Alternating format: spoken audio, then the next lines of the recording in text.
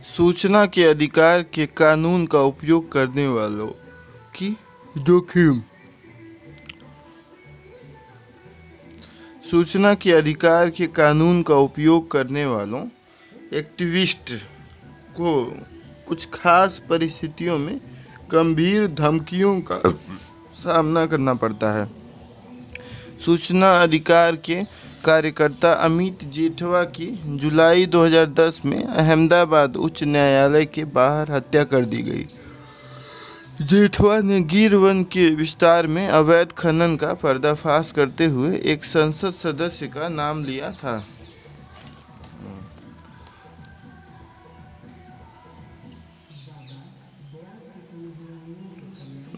था। एक और शिकार दत्ता पाटिल इच्छल करंजी में मार डाले गए थे। पाटिल ने एक भ्रष्टाचार के रैकेट का भंडाफोड़ किया था। इसे पुलिस के एक उप पुलिस अधीक्षक को अपने पद से हटा दिया गया था। इच्छल करंजी के कॉरपोरेशन के कर्मचारियों के विरुद्ध कार्रवाई हुई। विट्ठल गीता एक शिक्षा कार्यकर्ता थी जिसने बीड के गांव के स्कूल में अनियमितताओं को उजागर किया था। इन्हें अप्रैल 2010 को औरंगाबाद में मार डाला गया था।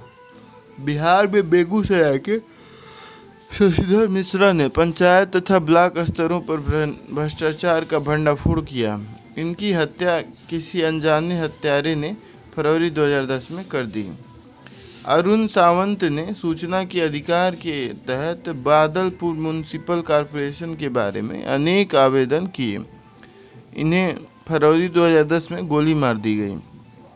अहमदाबाद के विश्राम दोदिया ने एक प्राइवेट फर्म द्वारा बिजली के गैर कानूनी कनेक्शन के बारे में विवरण मांगने के लिए इस कानून के तहत आवेदन दिया था, जिनकी हत्या फरवरी 2010 में कंपनी के अधिकारियों से मुलाकात के तुरंत बाद की गई। आंध्र प्रदेश के 16 रंगा गांव ने गांव को की ड्रेनेज प्रणाली के लिए मंजूर शुदा राशि व खर्च की गई राशि के बारे में मंडल परिषद डेवलपमेंट ऑफिस से सूचना मांगते हुए अनेक आवेदन दिए थे। उनकी हत्या अप्रैल कर दी गई। सूचना के अधिकार का उपयोग करने वाले एक और व्यक्ति रामदास घटगावरकर ने नांदेड़ में बालू यानी कि रेत माफिया का खुलासा किया तो अगस्त 2010 में वे रहस्यमय परिस्थितियों में मृत पाए गए।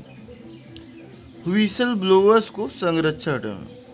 व्हिसल ब्लोअर्स के संरक्षण के मुद्दे की और संपूर्ण राष्ट्र का ध्यान तब गया जब भारतीय राष्ट्रीय राजमार्ग प्राधिकरण के अभियंता सत्येंद्र दुबे की उस समय हत्या कर दी गई जब उन्होंने राजमार्ग के निर्माण में भ्रष्टाचार का विवरण देते हुए तत्कालीन प्रधानमंत्री के कार्यालय को पत्र लिखा। दुबे की हत्या से उन्हें बचाने में असफल रहने पर जनता ने बवाल मचाया। परिणाम स्वरूप अप्रैल 2004 में सर्वोच्च न्यायालय ने सरकार पर एक कार्यालय आदेश यानी कि public interest disclosures and protection of enforcers resolution 2004 जारी करने का दबाव डाला, जिसमें भ्रष्टाचार से संबंधित शिकायतों को देखने के लिए नोडल एजेंसी के रूप में केंद्रीय सतर्कता आयोग को पदनामित किया गया था।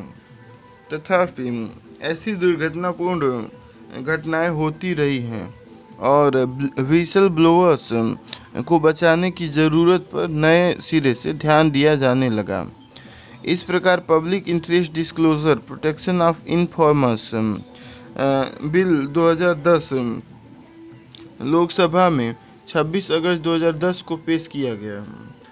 बिल में किसी सरकारी कर्मचारी के विरुद्ध भ्रष्टाचार के किसी आरोप, शक्ति व स्वविवेक के जानबूझकर दुरुपयोग के आरोपों की शिकायतों को रजिस्टर करने की क्रियाविधि स्थापित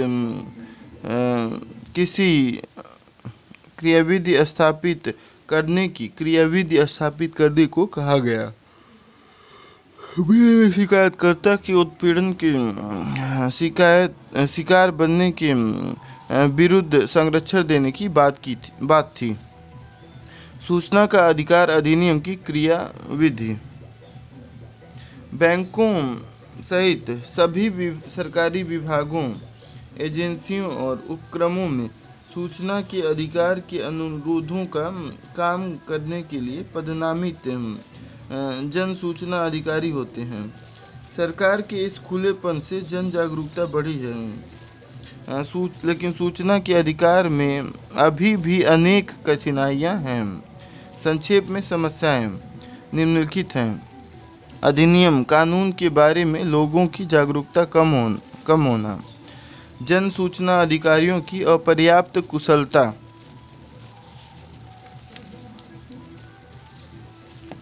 राज्य सूचना आयोगों की पर्याप्त संख्या, सरकारी अधिकारियों द्वारा पूर्व क्रियाशील पदों का अभाव,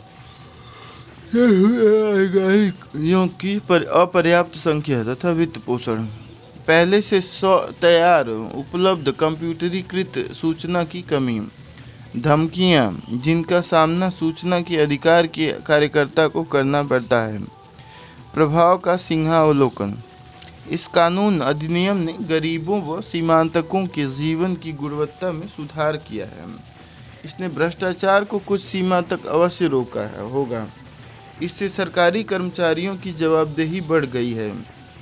अनेक मामलों में केंद्रीय सूचना आयोग ने निर्णयन प्रक्रिया के प्रकटन के आदेश दिए हैं। इनमें शामिल है फाइल की नोटिस, मंत्रिमंडल के कागजात, कर्मचारियों की भर्ती व पदोन्नति के अभिलेख तथा निविदाओं एवं प्रापण पद्धतियों से संबंधित कागजात। इसके अतिरिक्त सरकार की आर्थिक सहायता प्राप्त योजनाओं के लाभ भोगियों का विवरण भी सार्वजनिक किया गया। इसमें शामिल योजनाएं हैं जन वितरण प्रणाली, पानी, बिजली तथा घरेलू गैस के कनेक्शन, शिक्षा तथा स्वास्थ्य के लाभ एवं मनरेगा के अंतर्गत उपस्थिति पंजिका। ऐसी महत्वपूर्ण सूचनाओं के प्रकटन से सेवाओं के देने में भ्रष्ट आचरणों पर रोक लगी है तथा गरीबों तक उनकी प्राप्तियों की पहुंच सुनिश्चित हुई है। सूचना के अधिकार के आवेदनों को देने को और सुविधाजनक बनाने के ठोस कदम उठाए जाने की जरूरत है। विभिन्न अध्ययनों के माध्यम से ज्ञात की गई सरकार की भूमिका के बारे में कुछ सिफारिशें इस प्रकार हैं। अधिनियम यानी कि कानून के विशिष्ट प्रावधानों के कार्यान्वयन के लिए विशिष्ट उत्तरदायित्व निर्धारित करना। केंद्र तथा राज्यों दोनों में जन जागरूकता अभियानों का आयोजन। इनका मुख्य उद्देश्य जनता की जागरूकता को बढ़ाना, जनता की भागीदारी को बढ़ावा देना तथा सरकार में पारदर्शिता बढ़ाना होना चाहिए। सभी सरकारी प्राधिकरणों व प्रशिक्षण संस्थानों को सूचना के अधिकार पर प्रशिक्षण मॉड्यूल्स को सभी प्रशिक्षण कार्यक्रमों में शामिल करने का निर्देश।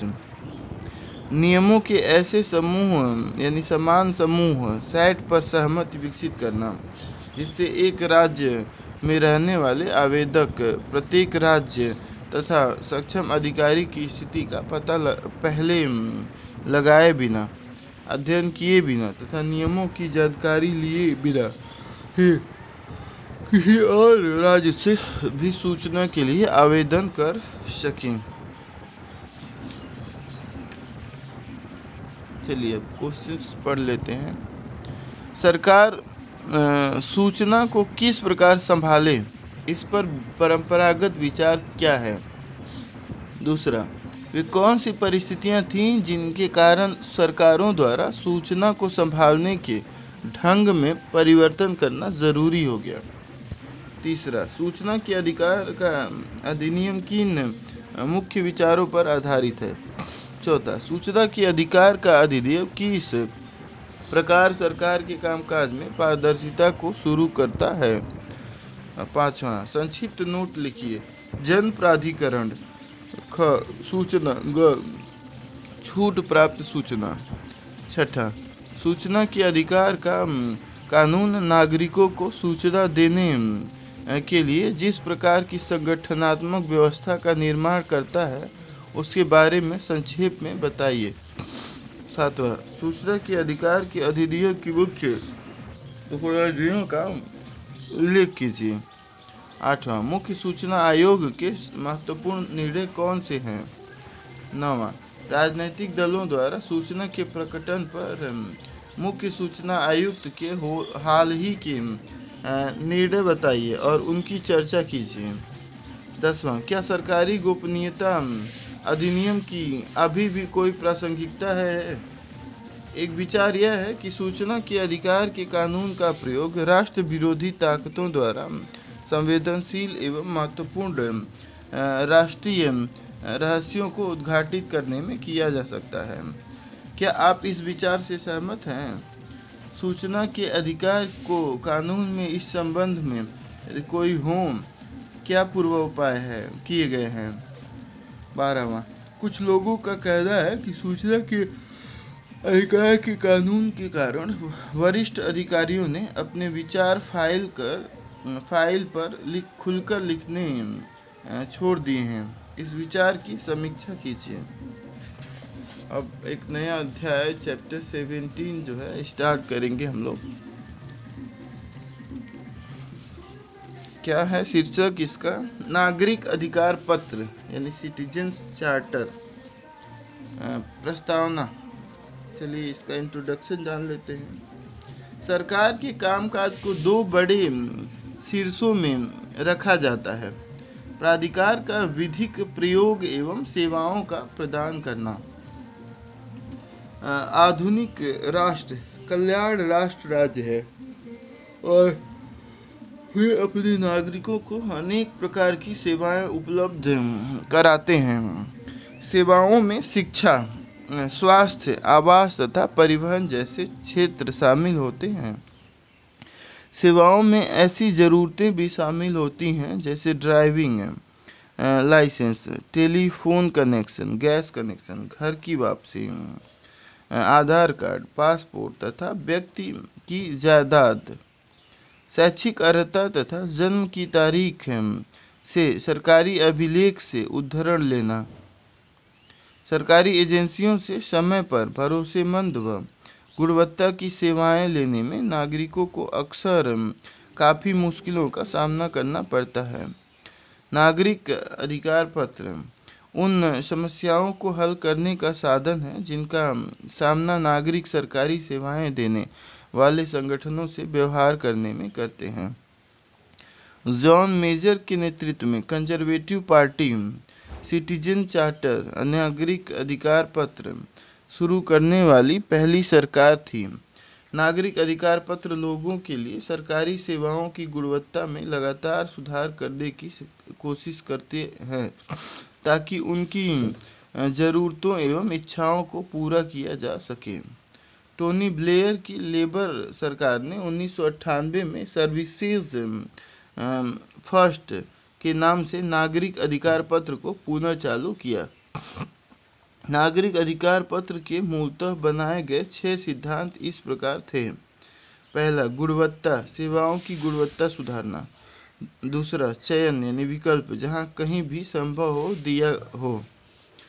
तीसरा, मानक स्तर, विनिर्दिष्ट करना कि क्या आशा की जाए और यदि मानक पूरा नहीं होता है तो कैसे प्रतिक्रिया करना है। चौथा, मूल्य, करदाताओं के धन के लिए। पांचवा, उत्तरदायित्व, व्यक्तियों व संगठनों का तथा पारदर्शिता, नियमों, पद्धतियों यानी कि योजनाओं, शिकायतों की। बाद में लेबर सरकार ने इन्हें सेवा प्रदान करने के निम्नलिखित 9 सिद्धांतों तक बढ़ा दिया। सर्विस के निर्धारित मानक यानी कि स्तर, खुलापन रखें और पूरी सूचना दें।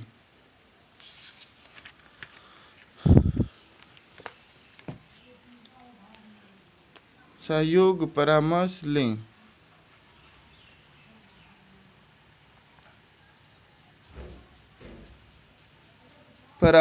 और भागीदारी बनाएं। पहुंच को बढ़ावा दें एवं विकल्प को बढ़ाएं। सभी के साथ उचित व्यवहार करें। जब बातें गलत हो रही हों तो उन्हें ठीक करें। साधनों का उपयोग प्रभावी ढंग से करें। कुछ नया करें तथा सुधार करें। सेवा देने वाले अन्यों के साथ मिलकर काम करें। ब्रिटेन के नागरिक अधिकार पत्र की पहल का अनुसरण अन्य देशों जैसे Australia, Belgium, Canada, France, Bharat, Jamaica, Malaysia, Portugal तथा स्पेन ने इसी प्रकार के कार्यक्रमों को चलाकर किया। कुछ देशों ने टोटल क्वालिटी मैनेजमेंट आंदोलन TMQ संपूर्ण गुणवत्ता प्रबंधन के सर्विस क्वालिटी मॉडल को अपना लिया।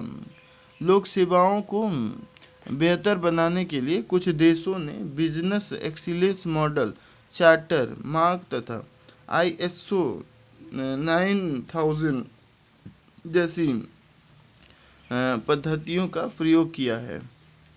भारतीय परिदृश्य 24 मई 1997 को मुख्यमंत्रियों के सम्मेलन में action plan for effective and responsive government यानी कि प्रभावी तथा प्रतिक्रियाशील सरकार के लिए कार्य योजना केंद्र तथा राज्यों के स्तर पर अपनाई गई। यह निश्चय किया गया कि केंद्रीय तथा राज्य सरकारें नागरिक अधिकार पत्र तैयार करेंगी और इसका आरंभ उन क्षेत्रों से होगा जिनमें जनता का व्यवहार अधिक होता है, जैसे रेलवे, टेलीकॉम, डाक, जन वितरण प्रणाली और इसी प्रकार के अन्य। अधिकार पत्रों में एक संगठन के विभिन्न पहलू शामिल होंगे। हम उन पर नीचे चर्चा कर रहे हैं। दूरदृष्टि व मिशन के कथन। नागरिक अधिकार पत्र का आरंभ दूरदृष्टि के स्पष्ट कथन से शुरू होना चाहिए। दूरदृष्टि किसी संगठन के अंतिम उद्देश्यों तथा उनको प्राप्त करने के ढंग को प्रतिभाषित करता है। एक स्पष्ट दूरदृष्टि संगठन को अपने लक्ष्यों के लिए योजना बनाने तथा इन्हें प्राप्त करने में मदद करती है। संगठन की दूरदृष्टि की इसके कार्मिकों तथा उन नागरिकों को जानकारी होनी चाहिए जिनको यह सेवा दे रहा है। सरकारी निकायों को अपनी दूरदृष्टि को परामर्शी प्रक्रिया से तैयार करना चाहिए, जिसमें संगठन की अनेक बातें यानी कि बिंदु होंगी तथा नागरिकों, ग्राहक वर्गों एवं पढ़धारियों की भागीदारी होगी। इससे दूरदृष्टि की पर्याप्त स्वीकार्यता सुनिश्चित हो जाएगी। मिशन कथन। मिशन के कथन में विशिष्ट उद्देश्यों का विवरण दिया जाता है जो संगठन को इसकी दूरदृष्टि के मेल में संचालित करते हैं। संगठन को उस ढंग के बारे में सोच लेना चाहिए जिसका दूरदृष्टि यानी कि विजन, स्वप्न को वास्तविकता का रूप दिया जाना है। इससे उनको अपने विषय को हल्के फुल्के रूप में स्थापित करने की बजाय ठोस रूप देने में मदद मिलेगी। सेवाओं की पहचान करना। अधिकार पत्र में उन सेवाओं को स्पष्ट रूप से विनिर्दिष्ट किया जाना चाहिए जो एक संगठन अपने मिशन तथा दूरदृष्टि को प्राप्त करने के लिए उपलब्ध कराएगा। इसमें उन सभी सेवाओं की सूचना होगी जो सभी विभिन्न एजेंसियों द्वारा उपलब्ध कराई जाएंगी। कुछ अधिकार पत्र संगठन द्वारा किए जा रहे व्यापारी कार्यों के विवरणों के बारे में सूचना देते हैं। कोई एजेंसी अन्य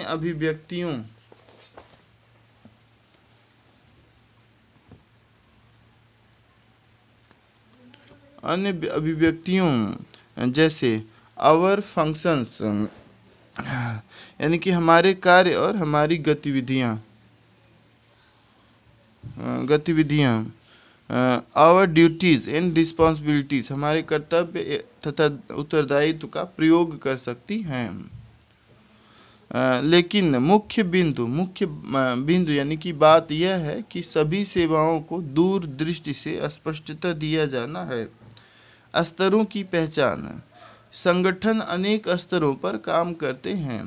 उत्तरदायित्वों एवं अधिकारों के आवंटन के आधार पर विशिष्ट स्तर, विशिष्ट समूहों, उपयोगकर्ताओं, पदधारियों के काम देखता है। चाहे संगठन अपने अधिकार पत्रों में डिटेल्स ऑफ बिजनेस, कारोबार के विवरणों, कमिटमेंट्स, प्रतिबद्धताओं, फंक्शंस, कार्य या सर्विसेज, सेवाओं का उल्लेख करें या न करें, उनमें इस बात का स्पष्ट उल्लेख होना चाहिए कि कौन सी विशिष्ट सेवा किस स्तर, विभाग द्वारा दी जाएगी।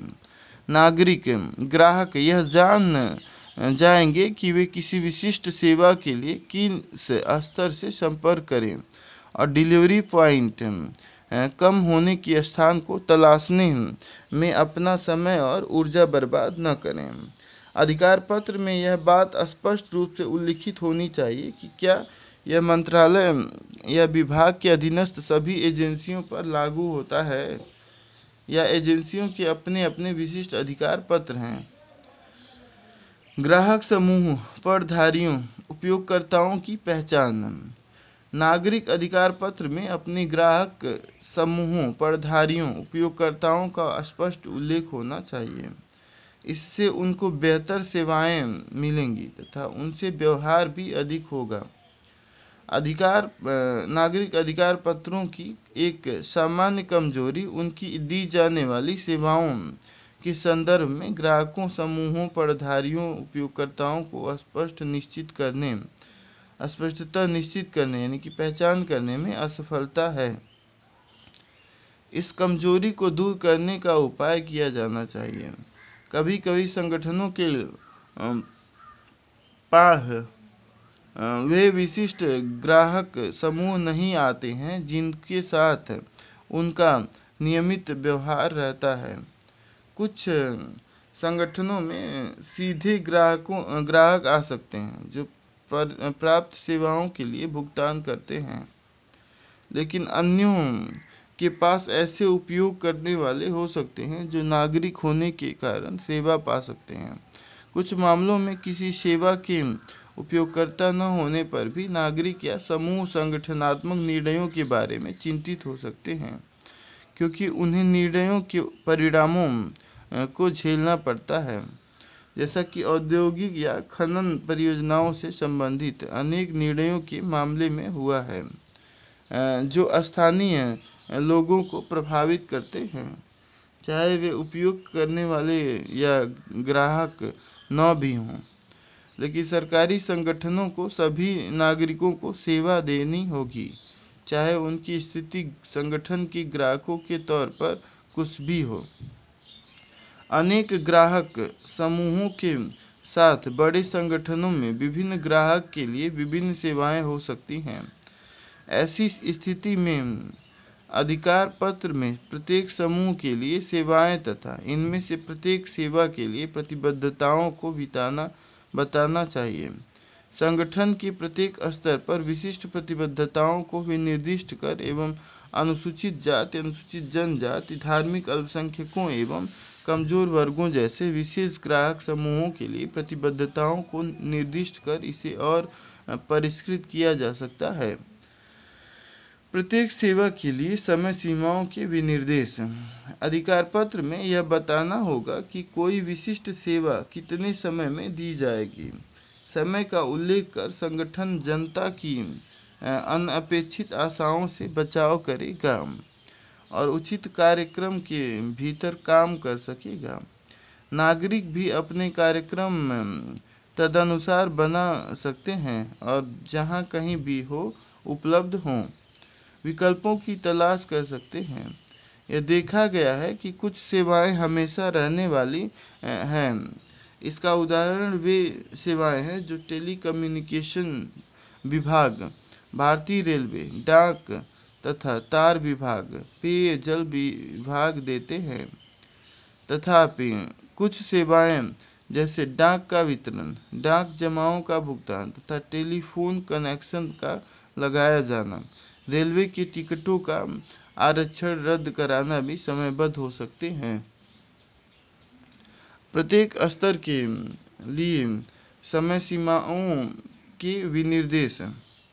प्रत्येक उस स्तर के लिए सेवा देने हेतु समय सीमा जरूरी है जिस पर विशिष्ट सेवाएं दी जानी है, उनका पालन करने की जरूरत है। आदर्श रूप में संगठनों को प्रत्येक स्तर पर समय के पालन की सीमा बताते हुए सूचना प्रकाशित करनी चाहिए। संगठन के विभिन्न स्तरों पर सर्विस देने की तुलनात्मक स्थिति को जनता के जानने से निष्पादन में प्रतिस्पर्धा एवं सुधार हो सकता है।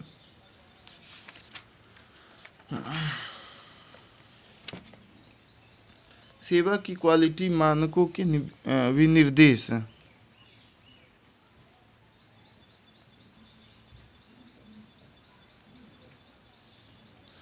संगठनों को अधिकार पत्रों में सेवा क्वालिटी मानकों को दिखाना चाहिए। इस सूचना के आधार पर नागरिक सेवा के अन्य उपलब्ध स्रोतों को तलाश सकते हैं या प्रस्तावित मानकों में बढ़त ढूंढ सकते हैं। संगठन भी अपने घोषित मानकों के आधार पर आंतरिक नियंत्रणों का प्रयोग कर सकते हैं। मानकों की घोषणा करते समय संगठनों को जननीति की अपेक्षाओं और ग्राहकों के हितों का पालन करना होगा। उदाहरण के लिए, पासपोर्ट की डिलीवरी में ग्राहक गति चाहते हैं, लेकिन जननीति के हितों के लिए उचित जांच जरूरी है। सेवा देने के मानकों के विनिर्देश। नागरिक अधिकार पत्रों में सेवा देने के मानकों जैसे समय सीमा, पहुंच सही होना, भरोसेमंद दे सकने में समर्थ होना, प्रतिक्रियात्मकता, उचितता तथा शिष्टाचार पर स्पष्ट रूप से प्रतिबद्धताएं शामिल होनी चाहिए। इन मानकों को केवल लक्ष्यों के रूप में नहीं अपितु प्रतिबद्धताओं के रूप में दिया जाना चाहिए। मानक मापनीय होने चाहिए ताकि संगठन अपने कार्य संपादन को ठोस रूप में प्रस्तुत कर सके। मानकों का व्यापक प्रचार किया जाना चाहिए तथा लोगों को उपयुक्त मीडिया विज्ञापनों के माध्यम से बताए जाने चाहिए। जन शिकायत दूर करने की पद्धतियों के बारे में सूचना देना। शिकायतों को दूर करने से संगठन को अपने कार्य संचालन को ठीक करने में मदद मिलती है। अधिकार पत्र में नागरिकों ग्राहकों को अपनी शिकायतों पर खुलेआम चर्चा करने के लिए बढ़ावा दिया जाना चाहिए। इसमें शिकायतें दूर करने की पद्धतियां स्पष्ट रूप से निर्धारित की गई होनी चाहिए ताकि वे नागरिक, प्रयोक्ता, ग्राहक, परधारी जिन्हें कोई शिकायत होगी तो वे उसे दूर करवा सकते हैं। इस क्रियाविधि को गंभीरता से लिया जाना चाहिए क्योंकि नागरिकों की शिकायतें दूर न करने से संगठन की छवि खराब हो सकती है। जन शिकायत दूर करने के तंत्र के बारे में सूचना देना। शिकायतों को दूर करने के लिए विभिन्न स्तरों पर उपलब्ध क्रियाविधियों के बारे में नागरिकों को जानकारी होनी चाहिए। शिकायतों को आमंत्रित करने तथा उन्हें दूर करने के लिए शिकायतों पर कार्यवाही करने का उत्तरदायित्व तो एक वरिष्ठ अधिकारी को सौंपा जाना चाहिए। उसका नाम, पदनाम, कार्यालय कक्ष व टेलीफोन नंबर तथा ईमेल पता अधिकार पत्र में दिया जाना चाहिए। शिकायतों के प्रभारी अधिकारी को यह सुनिश्चित करना चाहिए कि वे प्राप्त की जाती हैं, डायरी में दर्ज की जाती हैं, 1-2 दिन में उनकी पावती दे दी जाती है और उनकी जांच हो जाती है। संगठनों में विभिन्न स्तरों पर संबंधित अधिकारियों के साथ समीक्षा, साप्ताहिक या मासिक बैठकों हेतु समिति तथा प्राप्त शिकायतों की संख्या व प्रकारों पर रिपोर्टों जैसी क्रियाविधियां होनी चाहिए। जन शिकायत को दूर करने के लिए समय सीमा के बारे में सूचना। शिकायतों पर कार्यवाही करने हेतु समय सीमा नागरिक अधिकार पत्र की महत्वपूर्ण मद है। शिकायतों को दूर करने हेतु निर्धारित समय सीमा वास्तविक होनी चाहिए और संगठनों को उसका पालन करना चाहिए, अन्यथा यह प्रणाली अपनी सीख खो देगी। एक शिकायत अंततः स्वीकार या अस्वीकार की जा सकती है। यदि कोई शिकायत अस्वीकृत हो जाती है तो उसकी अस्वीकृति के कारण स्पष्ट रूप से बताए जाएंगे। ऐसे नागरिकों के लिए अपील करने का प्रावधान बनाया जाना चाहिए जो शिकायत के अस्वीकृत होने के बावजूद अपनी शिकायत पर कार्यवाही कराना चाहते हैं।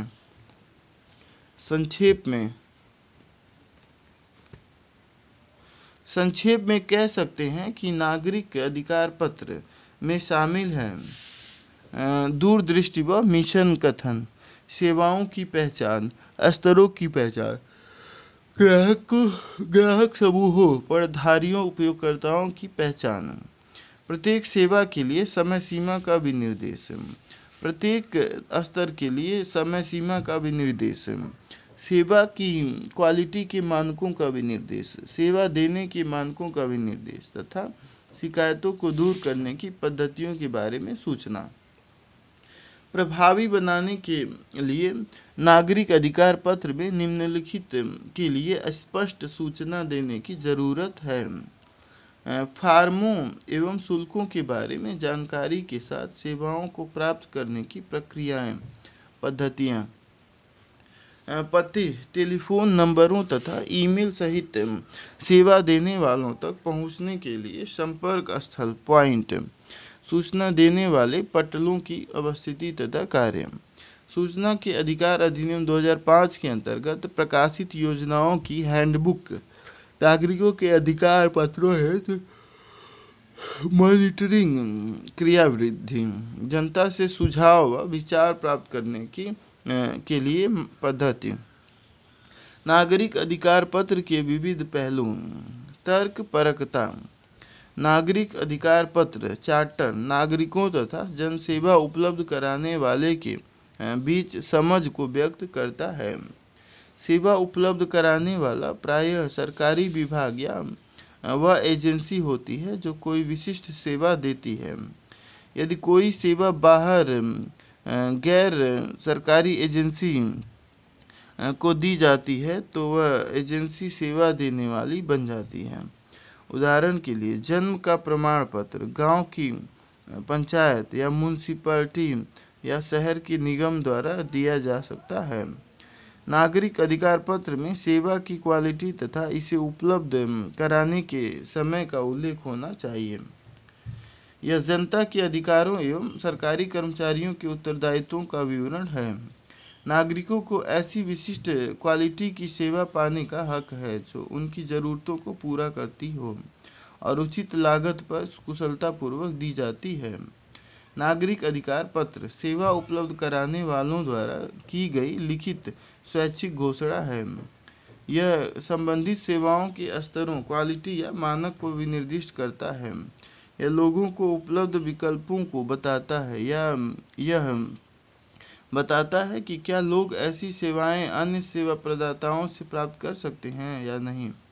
अधिकार पत्र उस पद्धति को भी बताता है जिससे नागरिक गण सेवा प्रदाता से सेवा प्राप्त कर सकते हैं। इस बात के प्रति आश्वस्त करता है कि सभी पात्र लोगों को बिना किसी भेदभावपूर्ण भाव के सेवा दी जाएगी। सेवा के बारे में संबंधित विवरण सार्वजनिक किए जाते हैं और पारदर्शिता सुनिश्चित करने के लिए पूरी तरह प्रकाशित किए जाते हैं। इसके विवरण जनता के सामने रखे गए हैं ताकि सब लोग उसके बारे में जान सकें। इसके बारे में कुछ भी गुप्त या छुपा कर नहीं रखा गया है। अंत में नागरिक अधिकार पत्र में उत्तरदायित्व की शर्तें खंडवाक्य होती हैं। यह सेवा देने वाले व्यक्तियों को विनिर्दिष्ट करता है तथा वह यह भी बताता है कि वायदे के अनुसार सेवा न पाने पर शिकायत के लिए नागरिक किससे मिल सकते हैं। नागरिक अधिकार पत्र ने उपभोक्ता सेवा का विचार निजी क्षेत्र से लिया है। संतुष्ट ग्राहक आधार के बिना कोई व्यापार नहीं चल सकता। सफल कारोबार, उत्पाद की क्वालिटी, बिक्री के बाद की सर्विस तथा ग्राहकों की शिकायतों को दूर करने पर ध्यान केंद्रित करता है। नागरिक अधिकार पत्र सफल निजी उपक्रमों के प्रबंधकीय मॉडल पर सरकार शासन को आविष्कृत करने की संकल्पना को लागू करने को प्रस्तुत करता है। इस मॉडल में सर्विस देने वाले विभाग या इसके कर्मचारियों को प्रबंधक की भूमिका दी जाती है। उस सेवा के लिए नागरिकों को विभाग के ग्राहक माना जाता है। सेवा वह उत्पाद हो जाती है जो वह विभाग उपलब्ध कराता है। सेवा की क्वालिटी व्यापारिक शब्दावली के उत्पाद मानक के समान लगती है। सेवा देने के इस मॉडल में सरकारी कर्मचारियों के रवैये में बदलाव भी आने की आशा है। परंपरागत रूप से भारत में सरकारी कर्मचारी स्वयं को सरकारी शक्ति के प्रयोग करने वाले एजेंट मानते हैं। वे इसे लोगों पर लागू कर शासन करना पसंद करते हैं। सेवा देने का मॉडल सरकारी कर्मचारियों को लोगों की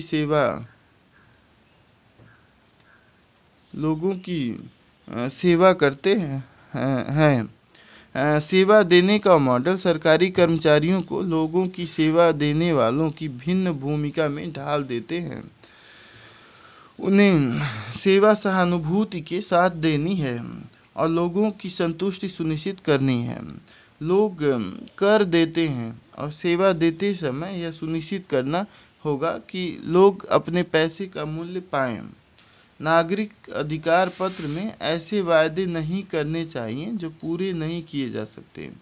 इसमें उन्हीं सेवाओं का उल्लेख होना चाहिए जो कार्यक्रम के अनुसार या नीति के मार्ग निर्देशों के अनुसार हों तथा उपलब्ध साधनों के भीतर हों। इसमें केवल आश्वासन या धुंधले से वायदे नहीं होने चाहिए। इसमें सेवा की प्रकृति के आधार पर उपयुक्त पद्धतियों को अपनाया जाना चाहिए। नागरिक अधिकार पत्र मानकों तथा सेवा देने के स्तरों को सर्वाधिक उपयुक्त ढंग से बढ़ाने एवं जनता की भागीदारी में वृद्धि करने के विचारों का सेट है। यदि इसे सही ढंग से लागू किया जाए तो नागरिक अधिकार पत्र से पारदर्शिता एवं जवाबदेही बढ़ेगी। नागरिक अधिकार पत्र से हो सकता है बेहतर सेवा देना, लोगों के प्रति कर्मचारियों की ओर अधिक जिम्मेदारी तथा सेवाओं से बृहत्तर जन सुविधा, जन संतुष्टि। नागरिक अधिकार पत्र बनाने की अवस्थाएं। नागरिक अधिकार पत्र बनाने के लिए निम्नलिखित कदम उठाए जाने जरूरी हैं। कार्यदल का गठबंधन करना, जिसमें अधिकार पत्र तैयार करने के लिए संबंधित कर्मचारी होंगे। उन मुख्य सेवाओं को सूचीबद्ध करना जो संगठन देगा तथा जिन्हें सेवाएं दी जाएंगी। व्यापारी शब्दावली में क्लाइंट या ग्राहक। क्लाइंट्स ग्राहकों, प्रधारियों, कर्मचारियों तथा उनके प्रतिनिधि एसोसिएशंस के साथ सलाह मशवरा, मुख्यतः कटिंग एज स्तर पर या कार्यान्वयन स्तर पर। अधिकार पत्र पर मसौदा यानी कि प्रारूप तैयार करना। उनकी टिप्पणियां सुझाव पाने के लिए सभी संबंधितों के बीच अधिकार पत्र के मसौदे का परिचालन, सुझावों पर विचार करने के पश्चात अधिकार पत्र में संशोधन। कोर ग्रुप द्वारा अधिकार पत्र पर विचार करना। कोर ग्रुप कर्मचारियों का एक और दल है जो अधिकार पत्र की संतुलित समीक्षा करता है। कोर ग्रुप के सुझावों, टिप्पणियों के आधार पर मंत्रालय विभाग द्वारा अधिकार पत्र का संशोधन, प्रभारी मंत्रालय द्वारा अनुमोदन। अधिकार पत्र की प्रति प्रशासनिक सुधार तथा लोक शिकायत विभाग को प्रस्तुत करना। राज्य सरकारों में प्रति राज्य प्रशासन सुधार विभाग को भेजी जाएगी। अधिकार पत्र को औपचारिक रूप से जारी करना, विमोचित करना और इसे वेबसाइट पर अपलोड करना। जनता के प्रतिनिधियों तथा सभी प्रधारियों को प्रतियां भेजना। 11वां, प्रभावी कार्यान्वयन सुनिश्चित करने के लिए एक नोडल अधिकारी की नियुक्ति। आदर्श मार्ग निर्देश। नागरिक अधिकार का उद्देश्य सरकारी विभागों तथा सरकारी उपक्रमों, हस्तियों, संस्थाओं द्वारा दी जा रही सेवाओं की क्वालिटी के बारे में नागरिकों, उपभोक्ताओं, ग्राहकों की असंतुष्टि को कम करना है। इस प्रयोजन की सिद्धि के लिए नागरिक अधिकार पत्र हेतु निम्नलिखित मार्ग निर्देशों को अपनाना चाहिए। अधिकार पत्र चार्टर। अधिकार पत्र चार्टर। अधिकार पत्र चार्टर सरल होना चाहिए।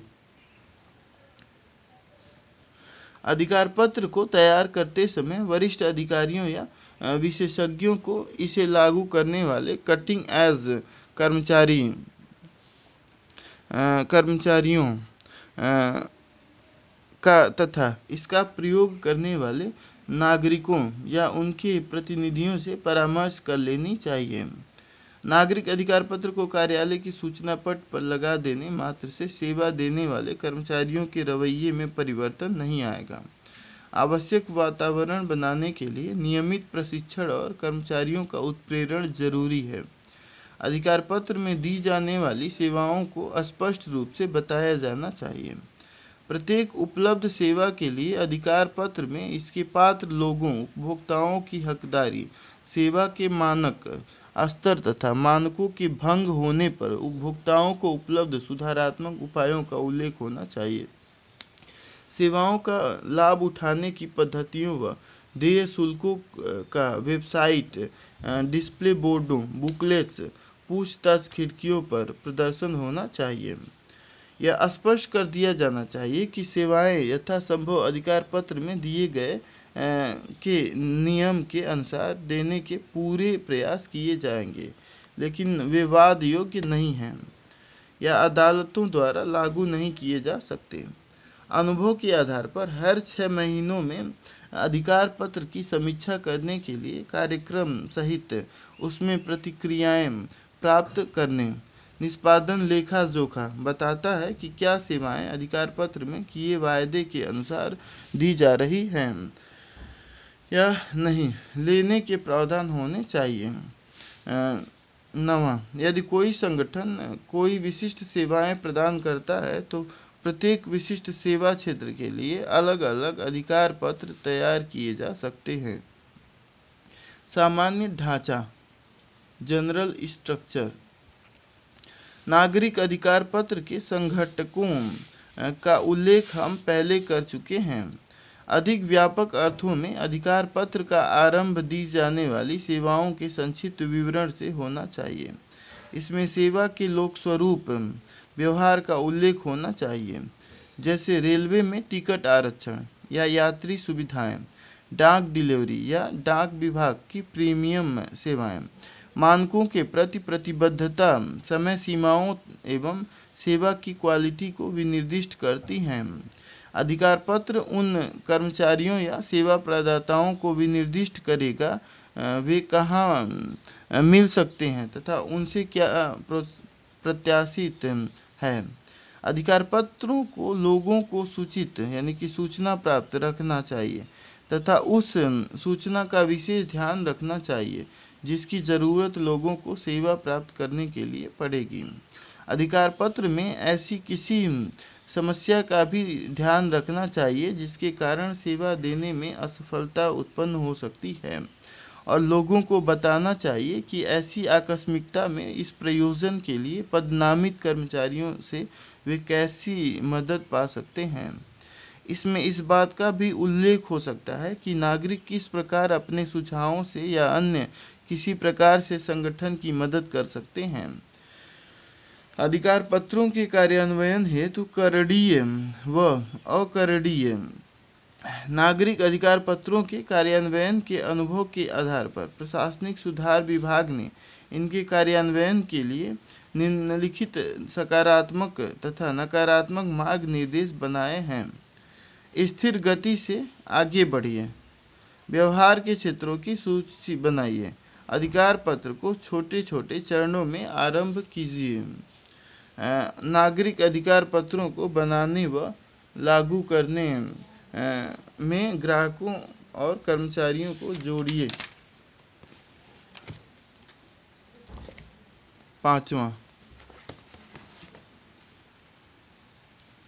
अधिकार पत्र को बनाने व मित्र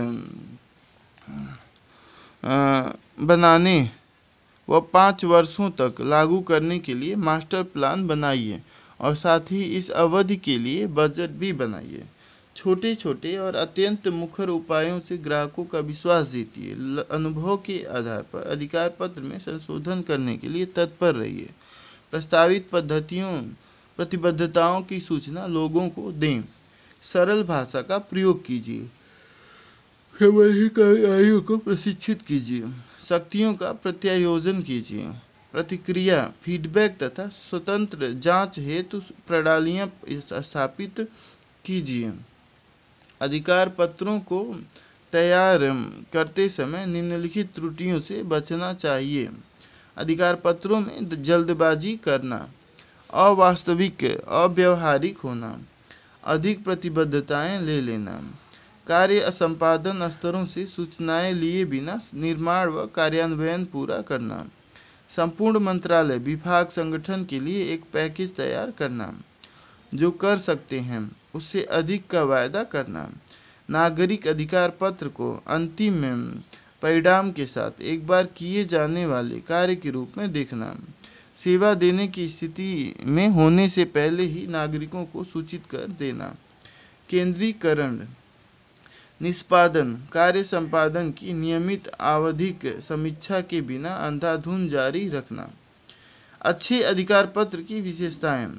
अच्छे अधिकार पत्र के कारक हैं: उपभोक्ता की ज़रूरतों पर ध्यान केंद्रित करना, सरल भाषा, सेवा के मानक, प्रभावी उपाय, प्रशिक्षण, प्रत्यायोजन, प्रतिपुष्टि या क्रियाविधि, गहन मॉनिटरिंग, आवधिक समीक्षा। नागरिकों की प्रत्याशाएं। नागरिकों को सरकारी विभागों, सेवा प्रदाताओं से निम्नलिखित प्रत्याशाएं होती हैं: कार्य संपादन में विश्वसनीयता या सततता, प्रतिक्रियाशीलता या समय पर सेवा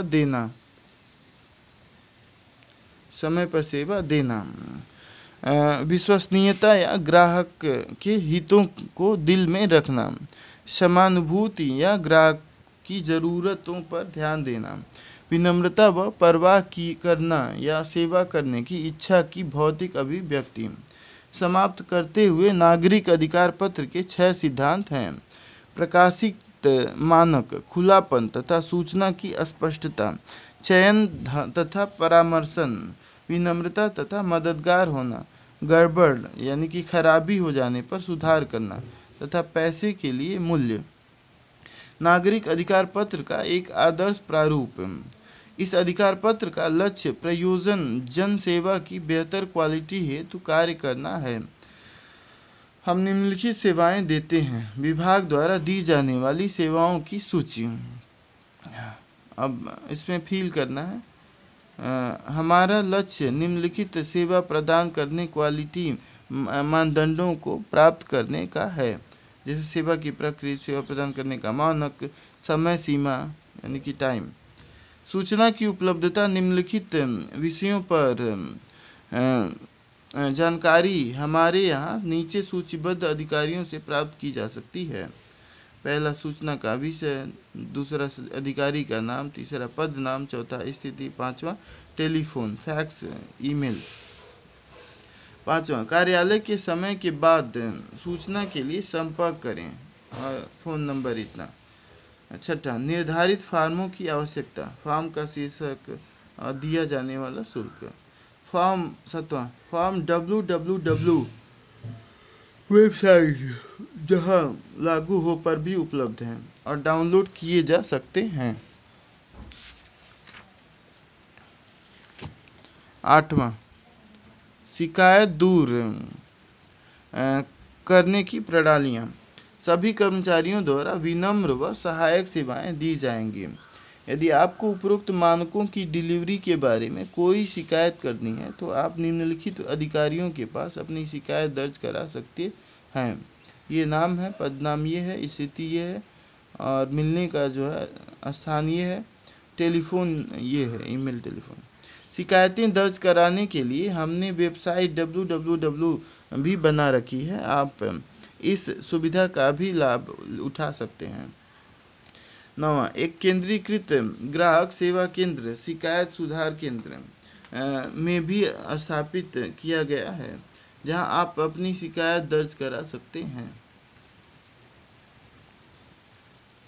हर शिकायत की प्राप्ति स्वीकार हमारे द्वारा इतने दिनों में की जाएगी तथा की गई कार्यवाही पर अंतिम उत्तर आपको दिनों में भेज दिया जाएगा।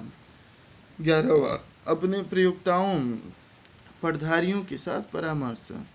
हम अपने प्रयोक्ताओं के सुझावों का स्वागत करते हैं, हम चुनाव कराते हैं, हम अपने प्रयोक्ताओं के प्रतिनिधियों के साथ आवधिक बैठकें आयोजित करते हैं, और यदि आप इससे जुड़ना चाहते हैं तो फलाना से संपर्क करें। हमें निम्नलिखित मामलों में आपका सहयोग चाहिए। नागरिक अधिकार पत्र हमारे द्वारा दी जाने वाली सेवा की क्वालिटी सुधारने के लिए आपके और हमारे बीच संयुक्त प्रयास है। आपसे अनुरोध है कि आप निम्नलिखित प्रकार से संबंधित विभागों के प्रासंगिक विवरण दें, हमारी सहायता करें। 13वां, गाइड बुक, हैंडबुक, उपभोक्ता हेल्पलाइन। अपने उपभोक्ताओं के मार्गदर्शन के लिए हमने एक हैंडबुक प्रकाशित की है, और अधिक विवरण के लिए अधिकारी से संपर्क करें। हमारी हेल्पलाइन का नंबर है, हमारा ग्राहक सूचना केंद्र में है, और फ़ोन नंबर ये है। अन्य सूचना। क, हम अधिकार पत्र में दी जा रही सेवाओं में लगातार संशोधन व सुधार के लिए वचनबद्ध हैं। आइए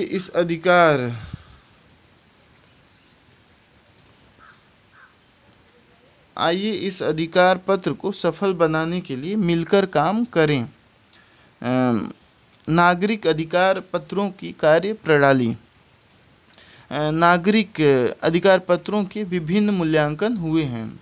इनके निष्कर्ष सामान्यतः नकारात्मक रहे हैं, लेकिन साथ ही उल्लेखनीय सफलताएं भी मिली हैं। इसके सफल उदाहरण जिनका उल्लेख कार्मिक मंत्रालय के एक सरकारी प्रलेख में हुआ है, वे हैं क्षेत्रीय परिवहन कार्यालय हैदराबाद, जन सेवा केंद्र अहमदाबाद, चेन्नई महानगरीय जलपूर्ति और मल जल बोर्ड चेन्नई तथा हैदराबाद जलपूर्ति व मल जल बोर्ड। तथापि इसके अतिरिक्त अनेक सफलता की कहानियां हो सकती हैं। कम से कम इतना तो है कि नागरिक अधिकार पत्र की अवधारणा सरकारों व नागरिकों के दिमाग में पक्की तौर पर जम गई है। जनवरी 2011 तक केंद्रीय सरकार के विभागों ने 131 नागरिक अधिकार पत्रों को अंतिम रूप दे दिया है, और राज्य सरकारों के विभागों ने 729 नागरिक अधिकार पत्रों को तैयार किया है। कार्मिक मंत्रालय द्वारा किए गए पहले के अध्ययन में निम्नलिखित कमियां सामने आई हैं। नागरिक अधिकार पत्रों का प्रभाव सेवा देने के घटिया मानकों एवं अकार्य संपादन के कारण कम हो गया था। सेवाओं की क्वालिटी के बारे में नागरिकों से अपर्याप्त प्रतिक्रियाएं प्राप्त हुई, जिससे अधिकार पत्र का प्रभाव सीमित हो गया।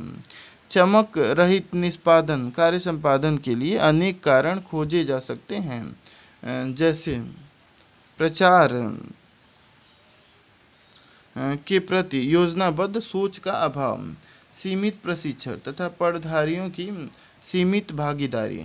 अधिकार पत्र को अनेक प्रयासों यानी कि पहलों में से एक मानना, काम करने का दफ्तरशाही ढंग, पटधारियों की कोई प्रणालीबद्ध पहचान न होना, नागरिक मैत्री वाली सोच का अभाव या पटधारियों के लिए चर्चा करने या प्रतिक्रिया देने के लिए रास्तों को न होना, शिकायतों को निपटाने की घटिया प्रणालियाँ, स्थापित प्रणालियों का घटिया होना, पुरानी पड़ गई पद्धतियाँ, कर्मचारियों को अपर्याप्त प्रशिक्षण, केंद्रीयकरण, पारदर्शिता की कमी, संप्रेषण की असफलता, विश्वसनीयता की कमी तथा प्रणाली में विश्वास की कमी। समाधान हल प्रेस, इलेक्ट्रॉनिक मीडिया के माध्यम से प्रचार हेतु होलिस्टिक सोच तथा प्रयोक्ता की भागीदारी, विभागों द्वारा नागरिक मिलन कार्यक्रमों का आयोजन करना, कोचिंग, प्रशिक्षण तथा प्रोत्साहन प्रणालियों का आयोजन कर अधिकारियों व कर्मचारियों के व्यवहार में परिवर्तन लाना।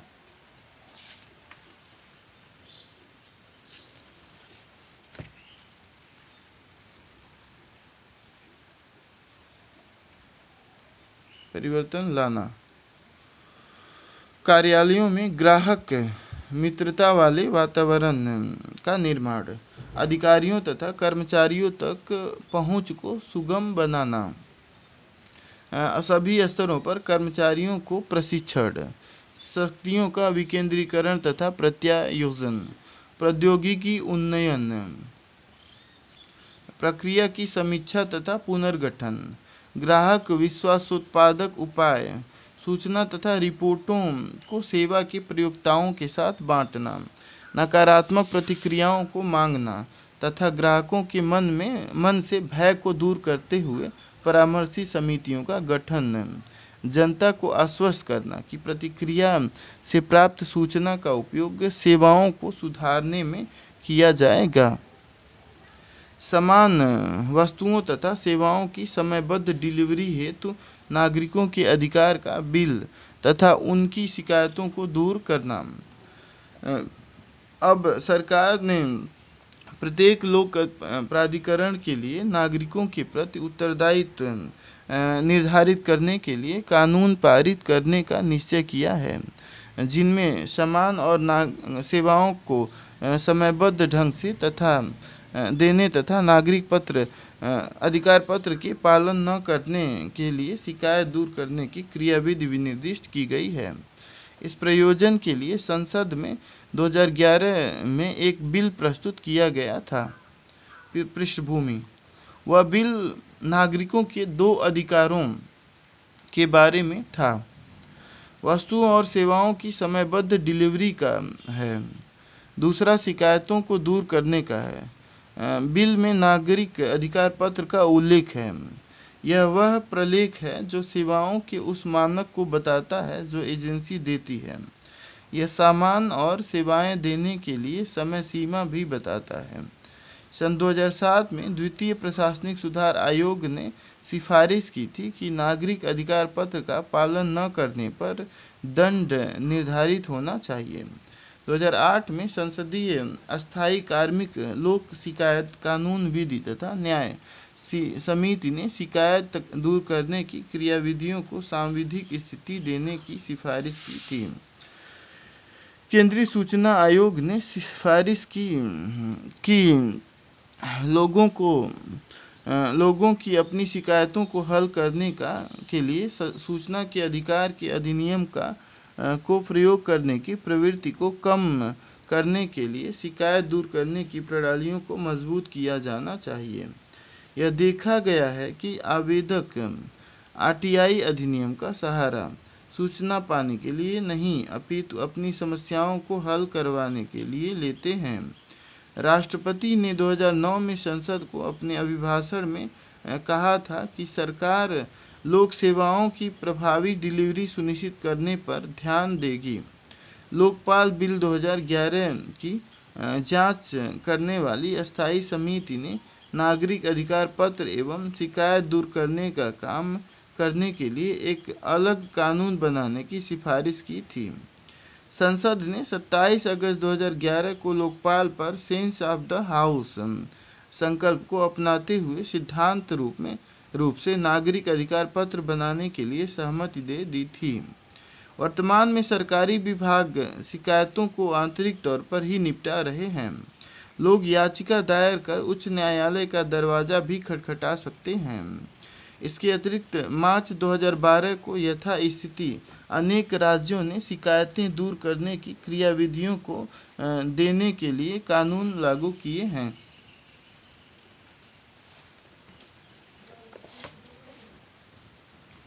बिल के मुख्य प्रावधान। बिल की अपेक्षा है कि बिल के लागू होने के 6 महीनों के भीतर सरकारी अधिकारियों को नागरिक अधिकार पत्र को प्रकाशित करना होगा।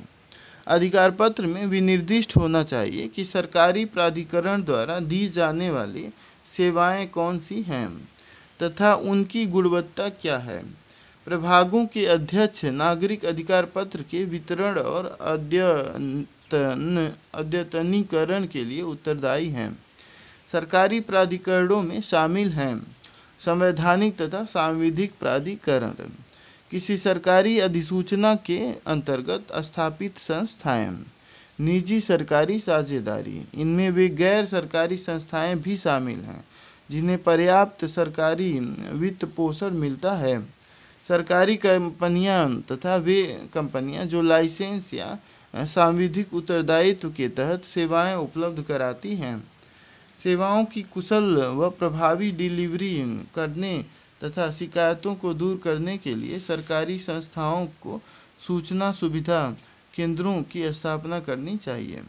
सूचना सुविधा केंद्रों में कॉल क्लस्टर्स, कॉल सेंटर्स, सहायता डेस्क तथा लोक सहायता केंद्र शामिल हो सकते हैं।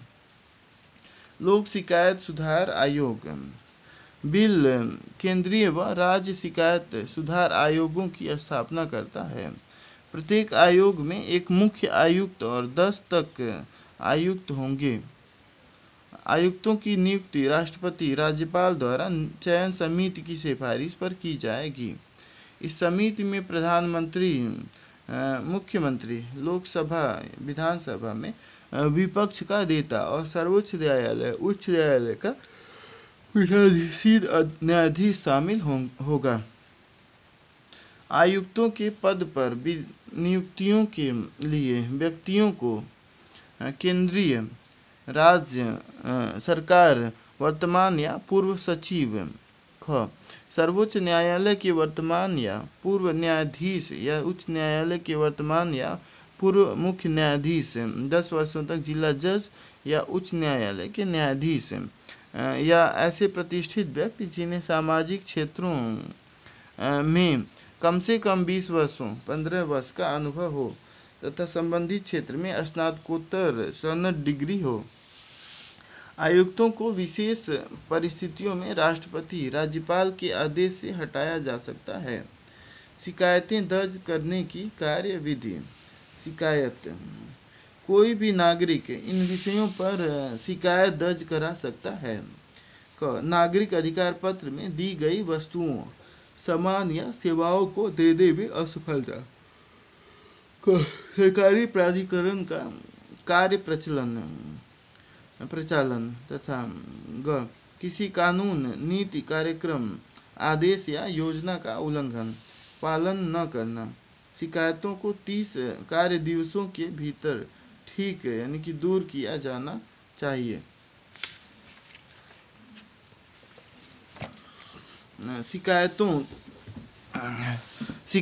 शिकायत सुधार अधिकारी को की जानी चाहिए। शिकायत सुधार अधिकारियों की नियुक्ति केंद्रीय, राज्य, जिले, उप जिले, म्यूनिसिपैलिटी तथा पंचायतों के स्तर पर की जानी चाहिए। शिकायत सुधार अधिकारी को सुनिश्चित करना है कि शिकायतें 30 कार्य दिवसों में दूर की जाए। ख सुनिश्चित करना है कि लापरवाही से काम करने वाले दोषी अधिकारी के खिलाफ अनुशासनात्मक कार्यवाही की जाती है।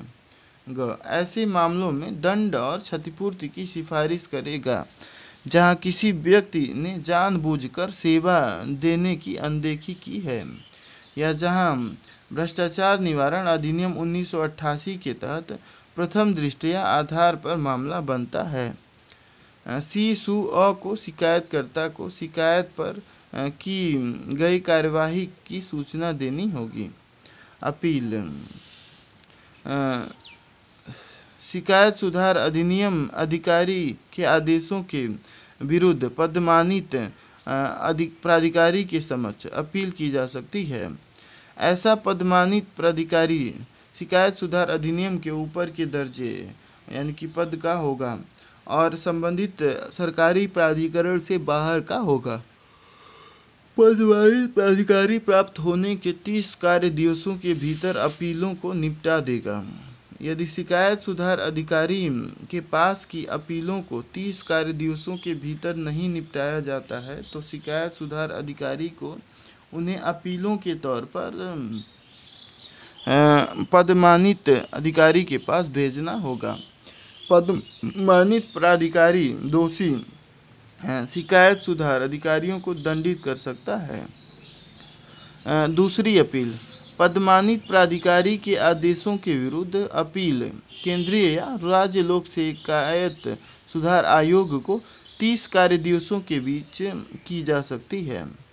केंद्रीय राज्य विभागों के कार्य संपादन से संपन्न शिकायतें केंद्रीय राज्य आयोग के सामने रखी जाएंगी। आयोगों को अपील 60 कार्य दिवसों में निपटानी होगी। तीसरी अपील, भ्रष्टाचार निवारण अधिनियम 1988 के तहत अपराध के लिए आयोगों के निर्णय पर अपील लोकपाल या लोकायुक्त से की जा सकेगी। स्वसंज्ञान कार्यविधि, केंद्रीय तथा राज्य आयुक्त वस्तुओं व सेवाओं को उपलब्ध न कराने से संबंधित मामलों का स्वयं संज्ञान लेकर उन्हें सरकारी विभागों के अध्यक्षों को भेज सकते हैं। आयुक्त स्वयं संज्ञान लेते हुए स्वयं ही जांच शुरू कर सकते हैं यदि उनको विश्वास है कि मामले की जांच करने के लिए पर्याप्त यानी कि उचित आधार है। कुछ मामलों में शिकायत आयोगों से भी की जा सकती है। ऐसे व्यक्तियों की शिकायतों की जांच करना आयोगों का कर्तव्य है। क, जो पदमानित प्राधिकारी के समक्ष अपील करने में समर्थ नहीं है। ख, जिन शिकायतों को दूर करने से इनकार कर दिया गया है। ग, जिनकी शिकायतों को 30 दिनों के भीतर निपटाया नहीं गया है। ग, जिनकी पहुंच नागरिक अधिकारी पत्र तक नहीं हो पाई है क्योंकि उसे तैयार नहीं किया गया है या जिसका व्यापक वितरण नहीं किया गया है। दंड यानी कि पेनाल्टीज, शिकायत सुधार अधिकारी GRO बिल के मुताबिक शिकायत सुधार अधिकारी को पदमानित प्राधिकारी से दंड की सिफारिशें करनी चाहिए जब वह आश्वस्त की गलती यानी कि चूक अधिकारी द्वारा जानबूझकर की गई लापरवाही के कारण हुई है या जहां प्रथम दृष्टया भ्रष्टाचार का साक्ष्य है। पदमानित प्राधिकारी तथा आयोग बिल पदमानित प्राधिकारी को एवं आयोगों को दोषी अधिकारियों एवं शिकायत सुधार अधिकारी पर 50,000 रुपये का अधिकतम दंड लगा सकते हैं। दोषी अधिकारियों के विरुद्ध दंड लगाए जा सकते हैं जब उन्होंने दुर्भावनापूर्ण ढंग से काम किया है या वे अपने कर्तव्यों का पालन ठीक प्रकार से करने में असफल रहे हैं। दंड की राशि का एक भाग क्षतिपूर्ति के तौर पर शिकायतकर्ता को दिया जा सकता है। यदि दोषी अधिकारी के विरुद्ध भ्रष्टाचार के साक्ष्य हैं तो पदमानित प्राधिकारी तथा आयोग को मामला उचित प्राधिकारियों को भेजना होगा। इसके अलावा पदमानित प्राधिकारी ऐसे मामलों में कार्यवाही शुरू कर सकता है।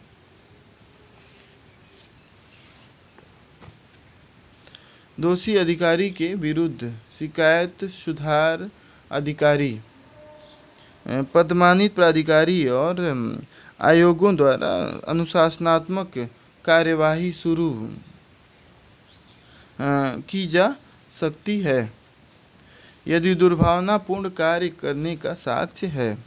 अपील की किसी कार्यवाही में जहां आरोप यह है कि शिकायत सुधार अधिनियम द्वारा शिकायत को दूर नहीं किया गया है, साक्ष्य जुटाने का भार शिकायत सुधार अधिकारी पर होगा।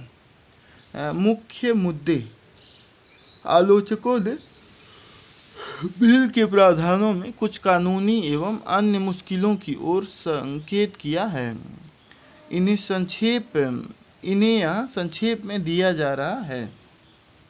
राज्य के सरकारी कर्मचारियों की कार्य पद्धति को नियमित करने का अधिकार क्षेत्र संसद का नहीं हो सकेगा, क्योंकि राज्य लोक सेवा राज्य विधायिका के विचार क्षेत्र में आती है।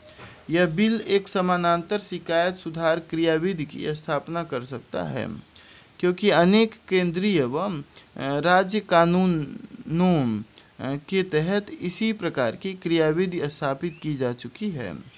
जो कंपनियां किसी सांविधिक उत्तरदायित्व या लाइसेंस के तहत सेवा देती हैं, उनके लिए नागरिक अधिकार पत्र को प्रकाशित करना और शिकायत सुधार क्रियाविधि उपलब्ध कराना जरूरी है। आयुक्तों को दुर्व्यवहार या असमर्थता के आरोप पर न्यायिक जांच के बिना भी हटाया जा सकता है। अन्य विधायकों की कार्यविधि से अलग है। भ्रष्टाचार के मामलों पर आयोग के निर्णयों पर अपील लोकपाल या लोकायुक्त के सामने की जाएगी। लोकपाल अधिनियम हाल ही में लागू हुआ है और कुछ लोकायुक्त भी स्थापित नहीं किए गए हैं। चलिए अब अभ्यास प्रश्न पढ़ लेते हैं। नागरिक अधिकार पत्र क्या है? इससे लोगों को कैसे मदद मिलेगी? नागरिक अधिकार पत्रों एवं पुनः आविष्कृत सरकार की संकल्पना में क्या संबंध है? जॉन मेजर द्वारा शुरू किए गए मूल अधिकार पत्र आधार बनाने वाले 6 सिद्धांत कौन से हैं? नागरिक अधिकार पत्र के मुख्य संघटक कौन से हैं? चौथा, नागरिक अधिकार पत्र तैयार करने के चरण यानी कि अवस्थाएं कौन से हैं? पांचवा, नागरिक अधिकार पत्र तैयार करने के महत्वपूर्ण करणीय व अकरणीय कौन से हैं? छठा, नागरिक अधिकार पत्र के विभिन्न मूल्यांकनों के मुख्य निष्कर्ष क्या हैं? सातवां, सामान यानी कि वस्तुओं व सेवाओं की समयबद्ध डिलीवरी के लिए तथा उनकी शिकायतों को दूर करने के बिल के नागरिक अधिकार पत्र में मुख्य प्रावधान बताइए।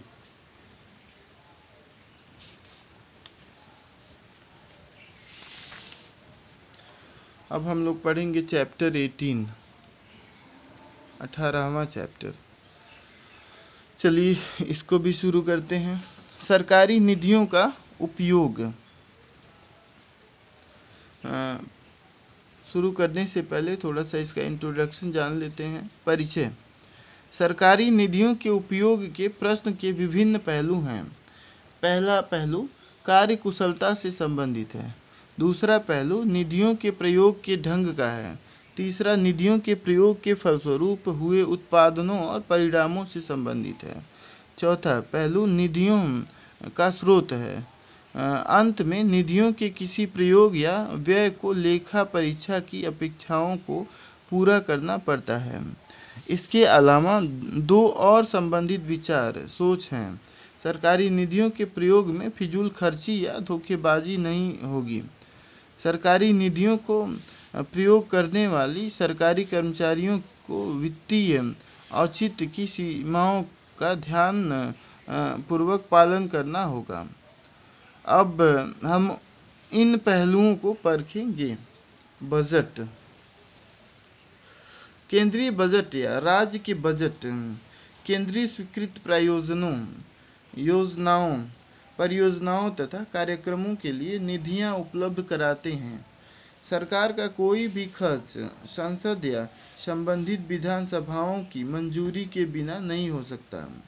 मंत्रालयों या सरकार के विभाग प्रत्यक्षतः या विभागीय ढंग से या उन एजेंसियों के माध्यम से खर्च करते हैं जिन्हें वे निधियों का अंतरण कहते हैं। अंतरित एजेंसियां सामान्यतः राज्य सरकारें या स्थल स्तरीय सरकारी एजेंसियां या पंचायती राज संस्थाएं होती हैं।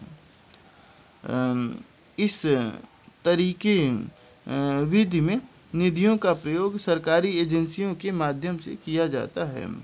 सरकारी विभाग अनुदानों के रूप में धन को गैर सरकारी यानी कि एनजीओ को भी अंतरित कर सकते हैं। राज्य सरकारों या उनकी स्थल एजेंसियों को निधियों का अंतरण करते हुए केंद्रीय सरकार को विभाग विस्तृत आदेश जारी करते हैं जो निधियों के उपयोग पर अनेक शर्तें लगाते हैं। एनजीओ अनुदानों में निधियों में प्रयोग, लेखांकन व लेखा परीक्षा संबंधी अनेक शर्तें जुड़ी रहती हैं। सरकारी निधियां पाने वाली एजेंसियों को निधियों के उपयोग के बारे में आवधिक उपयोग प्रमाण पत्र दाखिल करने होते हैं। इस तथ्य की सरकारी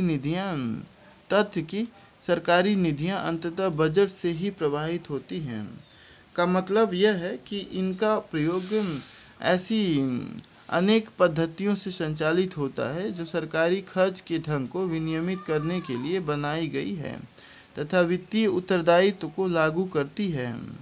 निधियों को प्राप्त करने के लिए विभागों को उन्हें बजट में शामिल करवाने के लिए प्रक्रिया का पालन करना पड़ता है।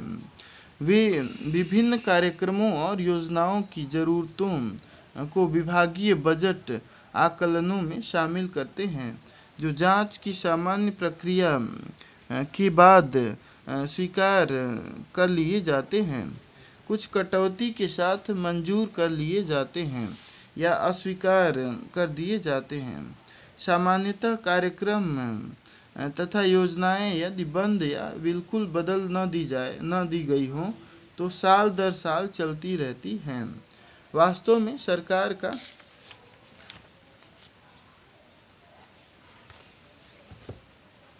अधिकतर खर्च प्रतिबद्ध पहले से निश्चित रहता है और अपरिहार्य भुगतानों जैसे सरकारी कर्मचारियों के वेतन, पेंशन, ब्याज और चल रही योजनाओं पर खर्च होता है। वित्त विभाग द्वारा किसी मंत्रालय या विभाग के बजट प्रस्तावों को स्वीकार कर लिए जाने के बाद उनको समेकित किया जाता है और अनुदान मांगों के रूप में तैयार कर दिया जाता है। विभिन्न विभागों के अनुदान की मांगें बजट के व्यय भाग में चली जाती हैं। विभागों को अनुदान की मांगों पर विधायिका में चर्चा होती है। एक बार जब अनुदान की सभी मांगें संसद या राज्य की विधान सभा में पारित हो जाती है तो एक विनियोग अधिनियम पारित किया जाता है जो खर्च करने के लिए विधायिका के प्राधिकरण का संकेत है।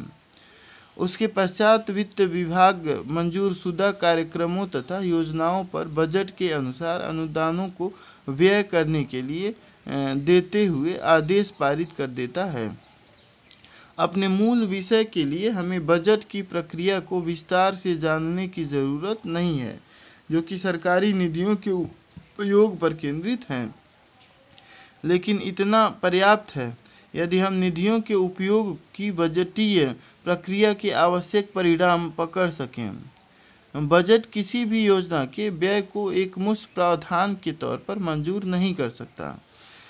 अनुतोषिक भुगतानों जैसे प्राकृतिक आपदाओं के शिकार पीड़ित लोगों के लिए के सिवाय कोई भी सरकारी मंजूरी इस रूप में नहीं होती है।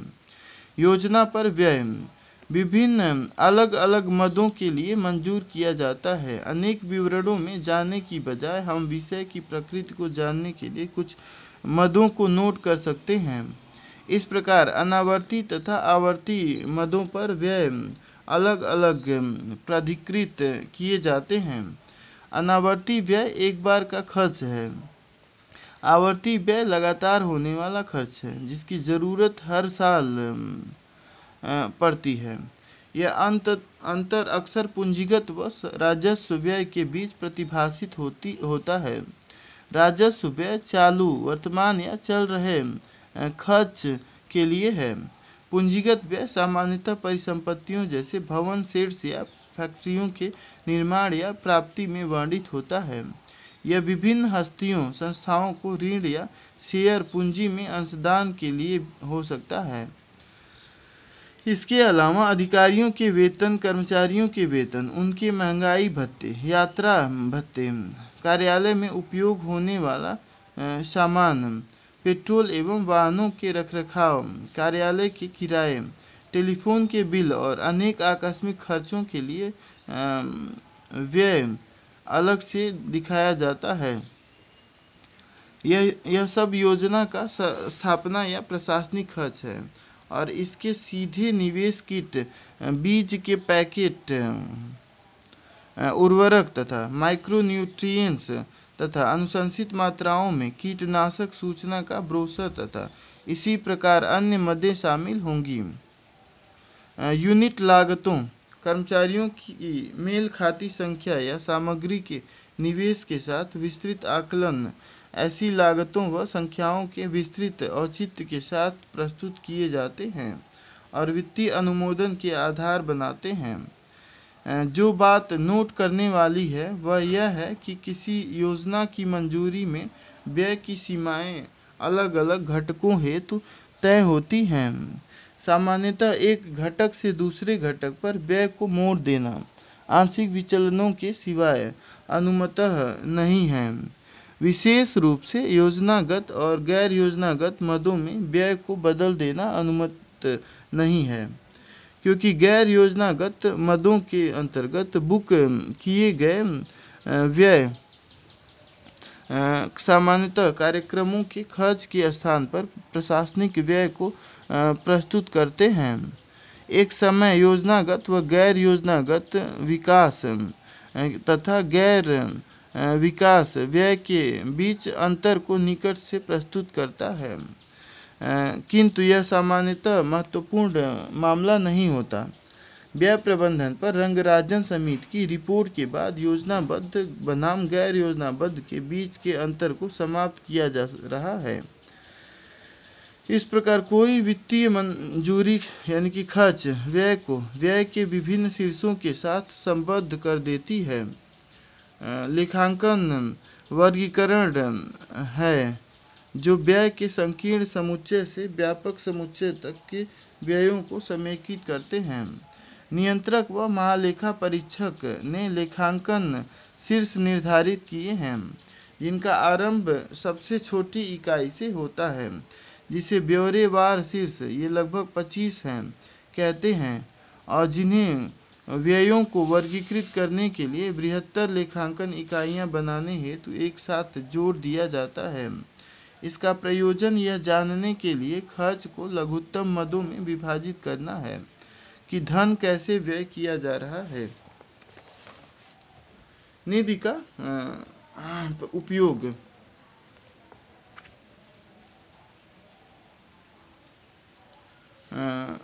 कार्य कुशलता का मूल्यांकन। इस बात को जांचने के लिए निधियों का प्रभावी प्रयोग किया जा रहा है या नहीं, विभिन्न मानदंडों का प्रयोग किया जा रहा है। आधार रेखा मंजूर शुदा निधियों का पूरा उपयोग या योजना के वित्तीय लक्ष्यों की प्राप्ति है। वित्तीय लक्ष्यों को प्राप्त करना अपने आप में निरर्थक है। इसके साथ संबद्ध भौतिक लक्ष्यों की उपलब्धि होनी चाहिए।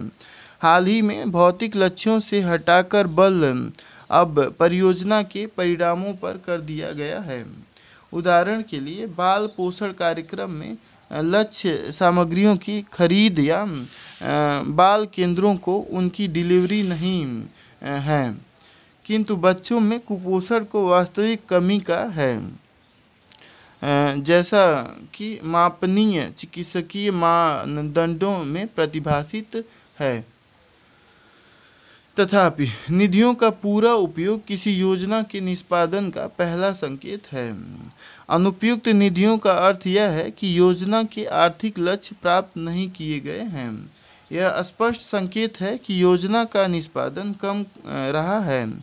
इसके अतिरिक्त विभाग, एजेंसी या संस्था को जो निधियां उपलब्ध कराई जाती हैं वे विशिष्ट कार्यक्रमों या योजनाओं हेतु बजटीय यानी कि स्रोत साधन हैं। कार्यान्वयन एजेंसियों को निधियों को निर्धारित समय सीमा के भीतर उनके आश्रित प्रयोजनों पर खर्च करना होता है। भारत सरकार की वित्त प्रणाली में निधियां बजटीय लाइन मदों से दी जाती हैं तथा 31 मार्च को वित्त वर्ष की समाप्ति पर व्यपगत हो जाती है। यद्यपि कुछ खास कार्यक्रमों जैसे कुछ कमजोर या दुखी समूहों के लिए के बजटीय आवंटन और व्यपगत बनाए जाते हैं, किंतु ज़्यादातर कार्यक्रमों में अनुपयुक्त निधियों को सामान्यतः 15 मार्च के आसपास वित्त विभाग को वापस कर देना पड़ता है और वे तब संबंधित एजेंसी को या कार्यक्रम के लिए उपलब्ध नहीं होती। सामाजिक क्षेत्र में निधियों का उपयोग। भारत में योजनागत बजट राशि, चाहे केंद्र में हो या राज्यों में, शायद ही कभी पूरी तरह उपयोग की जाती है। ऐसी बात विशेष रूप से सामाजिक क्षेत्र के कार्यक्रमों के बारे में है, जिनका मानव विकास सूचकांक पर महत्वपूर्ण प्रभाव है। यह बात अनेक उदाहरणों से सिद्ध की जा सकती है, किंतु 12वीं पंचवर्षीय योजना से निम्नलिखित उदाहरण ही पर्याप्त होगा। 11वीं योजना के दौरान माध्यमिक शिक्षा के लिए केंद्रीय योजनागत व्यय 54,945 रुपये करोड़ का था।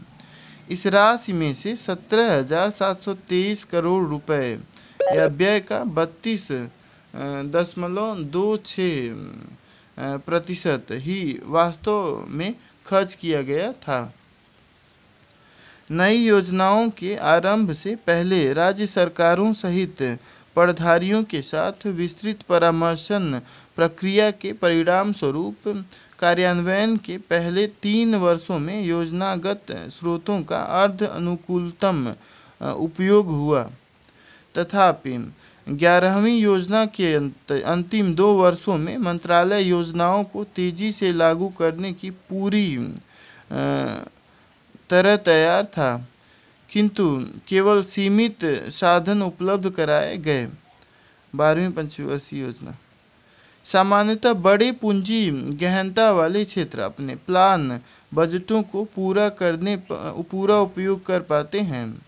ये खर्च ज़्यादातर अपेक्षाकृत पिंडित वाली मदों की छोटी संख्या वाले होते हैं। वे बड़े उपस्करों, वस्तुओं की भारी मात्रा की खरीद तथा ठेकेदारों को दी गई बड़ी पेशगी या किए गए चालू भुगतानों को प्रस्तुत करते हैं। ऐसी एजेंसियां परियोजना कार्यान्वयन के कार्य में कुशल होती हैं, किंतु इस समय अर्थव्यवस्था ऐसी दशा में गुजर रही है जिसमें परियोजना कार्यान्वयन रुका हुआ है। परियोजना को बनाने वाले भूमि अधिग्रहण तथा पर्यावरण कारणों से पंगु बने हुए हैं। अनेक बहुराष्ट्रीय कंपनियों ने अपनी परियोजनाएं छोड़ दी हैं। अर्थशास्त्री भी सरकार में नीति पंगुता की बात करते हैं। सरकार ने इन समस्याओं को देखने पर विचार करने के लिए एक मंत्रिमंडलीय समिति का गठन किया है। आशा की जाती है कि अवस्थापन परियोजनाओं की कार्यान्वयन की समस्याएं शीघ्र ही सुलझ जाएंगी। अपने सामान्य मुद्दे को याद करते हुए निधियों का उपयोग उन भारी राशियां व्यय करने वाले विभागों में बेहतर है जो सिंचाई, सड़कें, विद्युत तथा बंदरगाहों जैसे क्षेत्रों में परियोजनाएं कार्यान्वित करते हैं। ऐसे क्षेत्रों की तुलना में सामाजिक कार्यक्रम निधियों का तेजी से उपयोग नहीं कर पाते। सामाजिक क्षेत्रों में शिक्षा, स्वास्थ्य तथा परिवार कल्याण, जलापूर्ति और सफाई का प्रबंध, सामाजिक सुरक्षा तथा कल्याण एवं पोषण शामिल हैं। भारत के सामाजिक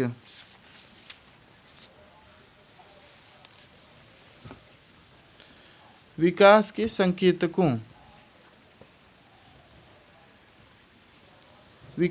संकेतकों को सुधारने के अपने अभियान के भाग के रूप में केंद्रीय सरकार ने सामाजिक क्षेत्रों के लिए 2004-05 की बजटीय सहायता का परिमाण बढ़ा दिया है।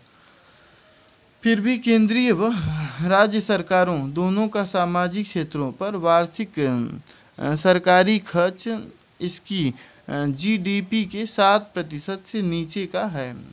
यह उससे बहुत अधिक कम है जितना अधिकांश विकसित देश सामाजिक क्षेत्रों पर कर रहे हैं। OECD देश सामाजिक क्षेत्रों पर अपने जीडीपी का लगभग 14% या भारत से दोगुना खर्च कर रहे हैं। 12वीं योजना के सामाजिक क्षेत्रों के लिए योजना आयोग ने योजना खर्च में भारी वृद्धि की है।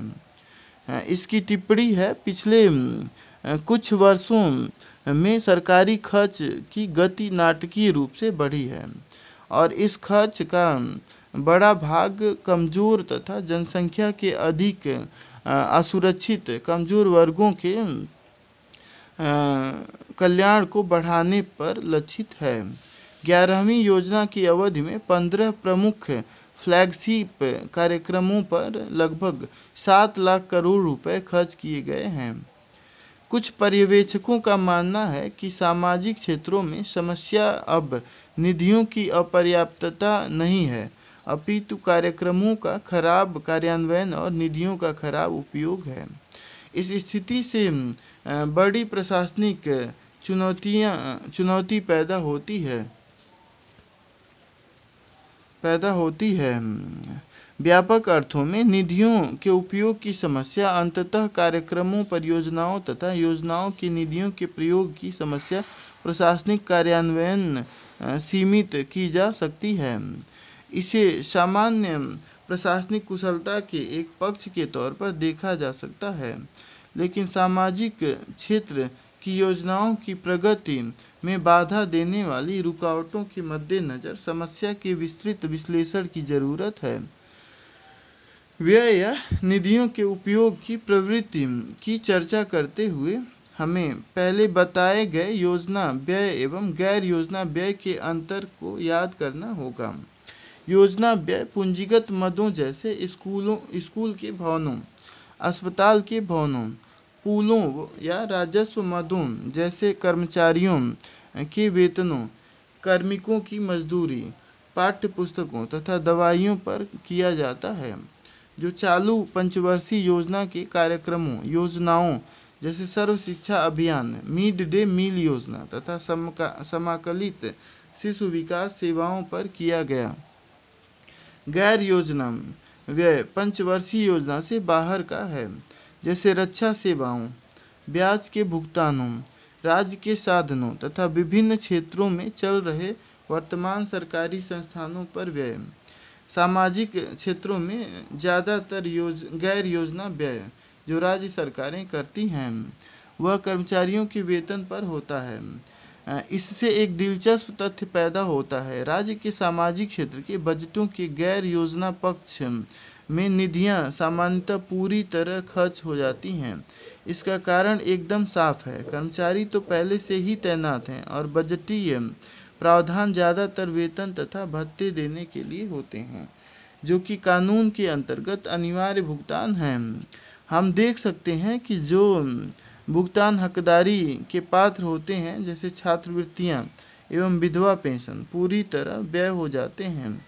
यदि बजट आकलन बनाते समय लाभ भोगियों की सहायता का आकलन ठीक किया जाता है, इस प्रकार यह योजना का पक्ष ही है कि सामाजिक क्षेत्र की निधियों का उपयोग राज्य सरकारों में कम रह जाता है। योजनागत योजनाओं को 3 श्रेणियों में बांटा जा सकता है। केंद्रीय क्षेत्र की योजनाएं केंद्र द्वारा बनाई, वित्त पोषित एवं कार्यान्वित की जाती हैं। केंद्र द्वारा प्रायोजित योजनाएं केंद्र तथा राज्यों के परामर्श से बनाई जाती हैं।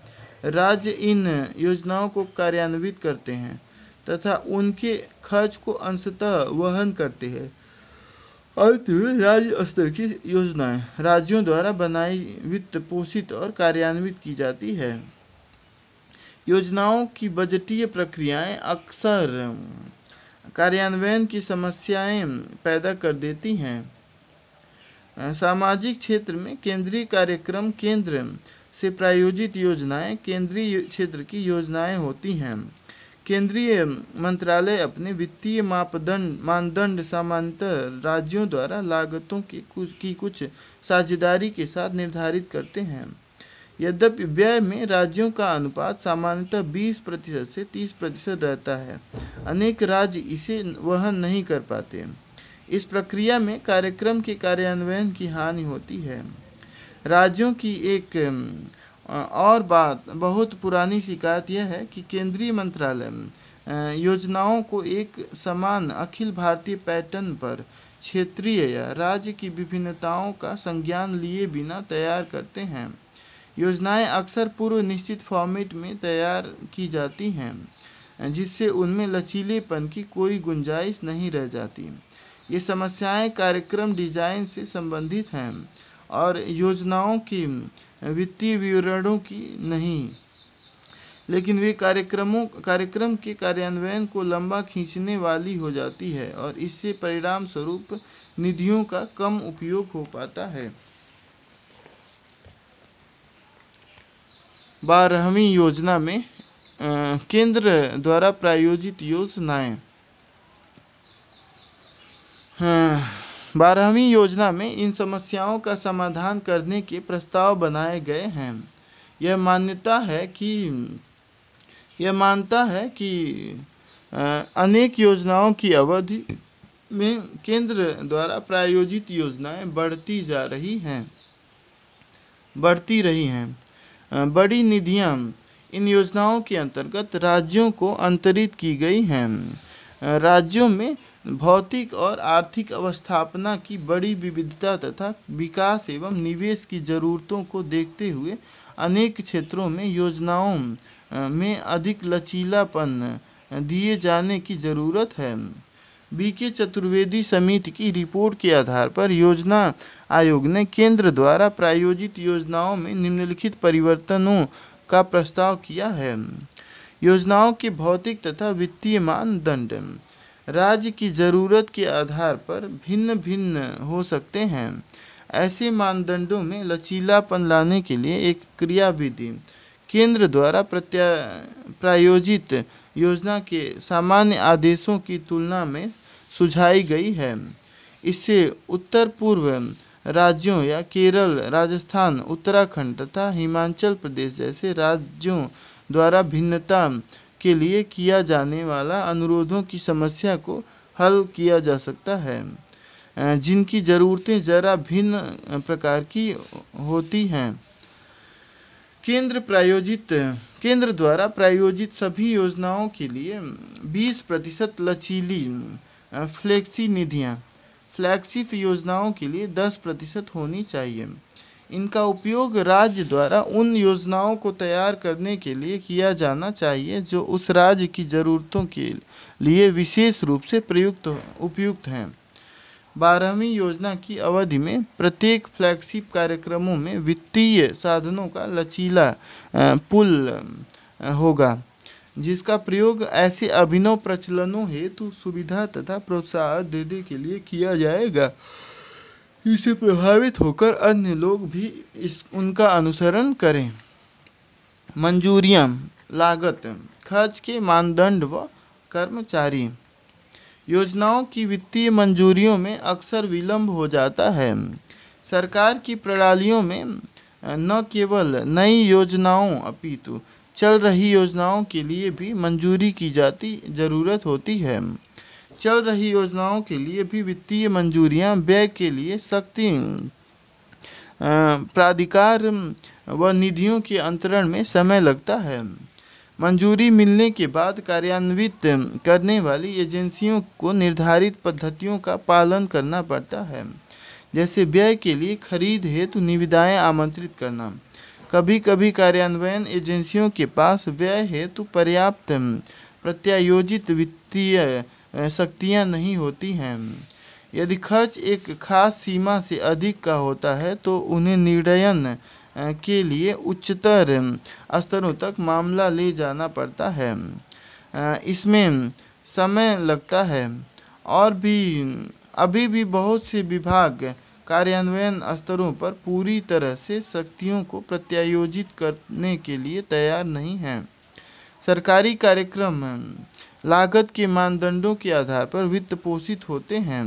जहाँ सरकारी कर्मचारियों के खर्चों का संबंध है वहाँ स्पष्ट पैमाने हैं, जैसे वेतन ढांचे, लेकिन यहाँ भी स्थिति अंशकालिक कर्मचारियों व काम बाहर से करवाने के कारण जटिल हो गई हैं। अनेक योजनाओं जैसे मिड डे मील, हॉस्टलों में लागतों का आकलन प्रति इकाई या प्रति व्यक्ति के आधार पर किया जाता है। मुद्रास्फीति की अवस्था में ऐसी इकाई लागतें तेजी से बढ़ जाती हैं और कार्यक्रम को चलाना, विशेष रूप से जब उसमें निजी भागीदारी भी हो, मुश्किल हो जाता है। सामाजिक क्षेत्र की योजनाओं तथा वस्तुतः आधारभूत योजनाओं में बड़ी मुश्किल कर्मचारियों की कमी एवं परियोजना की आयोजना एवं प्रबंधन कुशलता की कमी के कारण उत्पन्न होती है।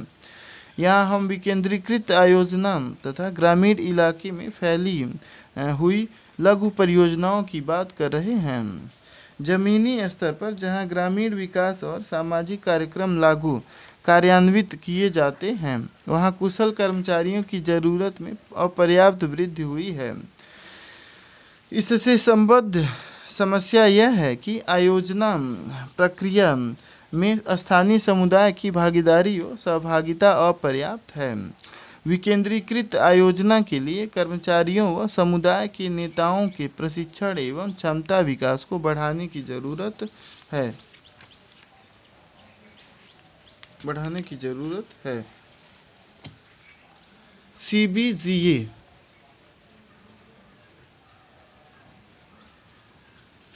सीबीजीए द्वारा किया गया अध्ययन एक दूसरे पहलू की ओर ध्यान आकर्षित करता है।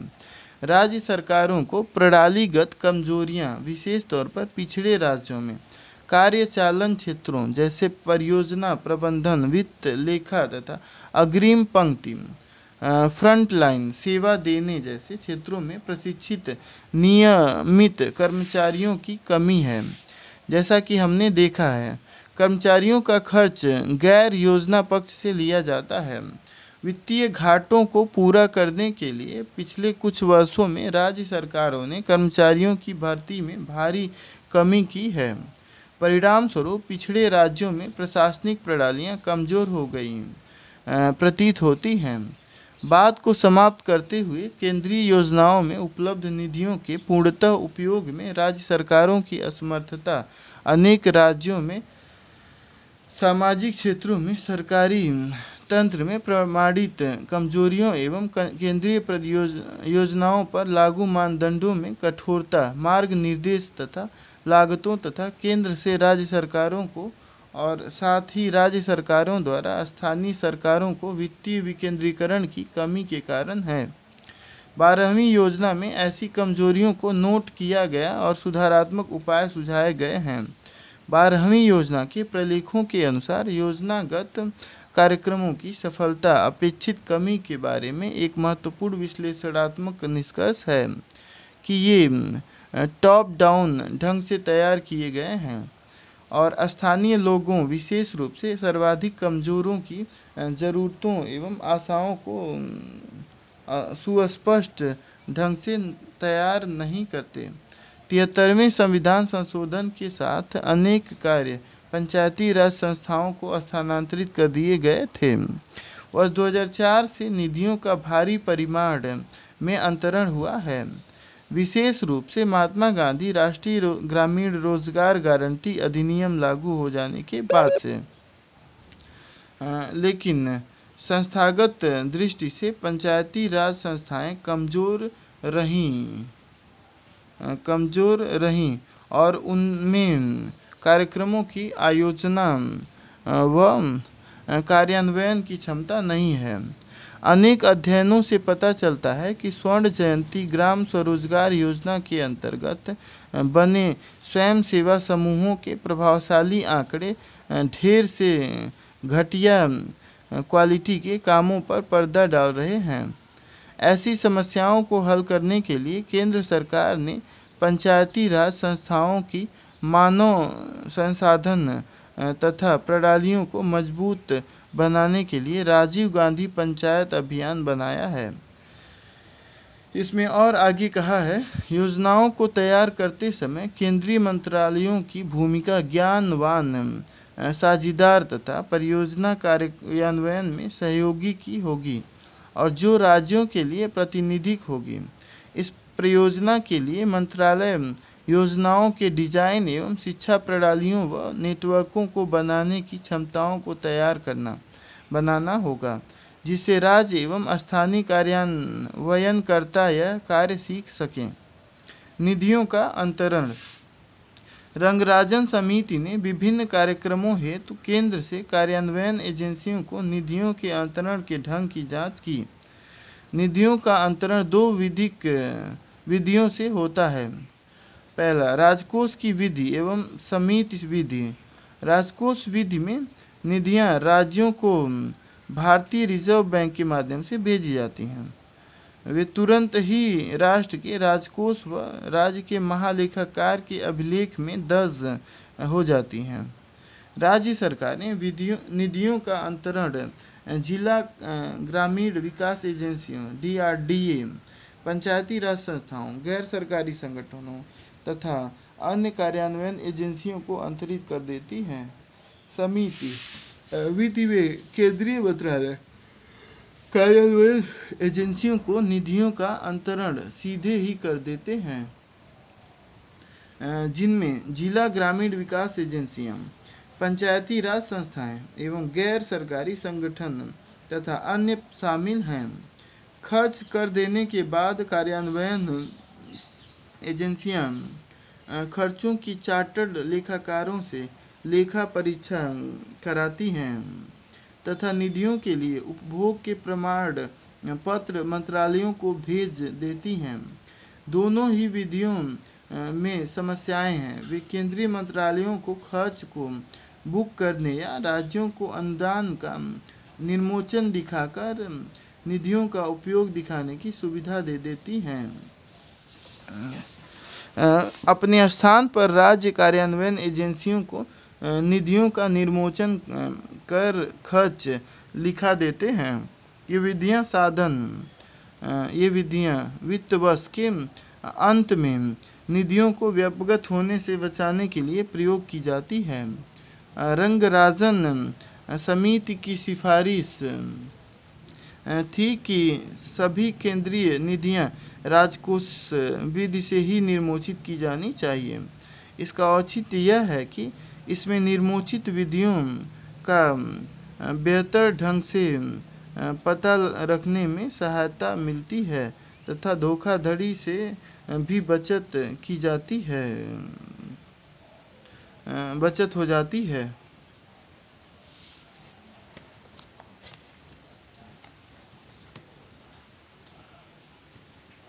बारहवीं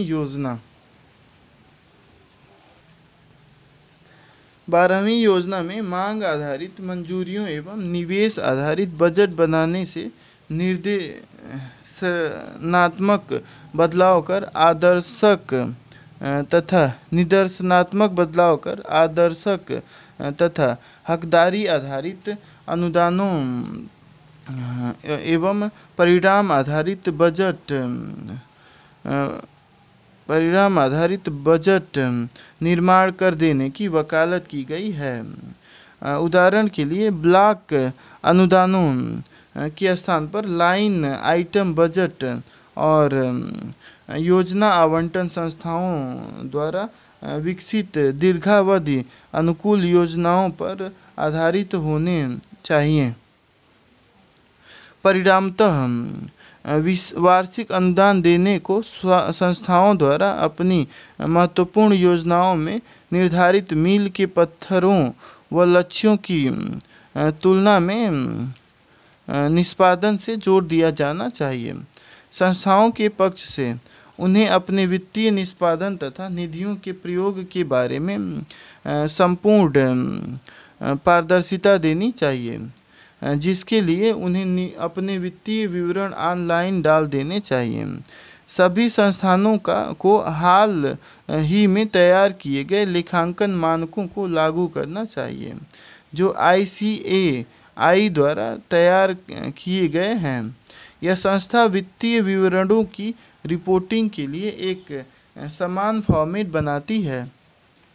निधियों के प्रयोग की मॉनिटरिंग। अब तक हमने उन प्रमुख कारणों को देखा जो निधियों के प्रयोग या दूसरे प्रकार से कार्यक्रमों के कार्यान्वयन में बाधा डालते हैं।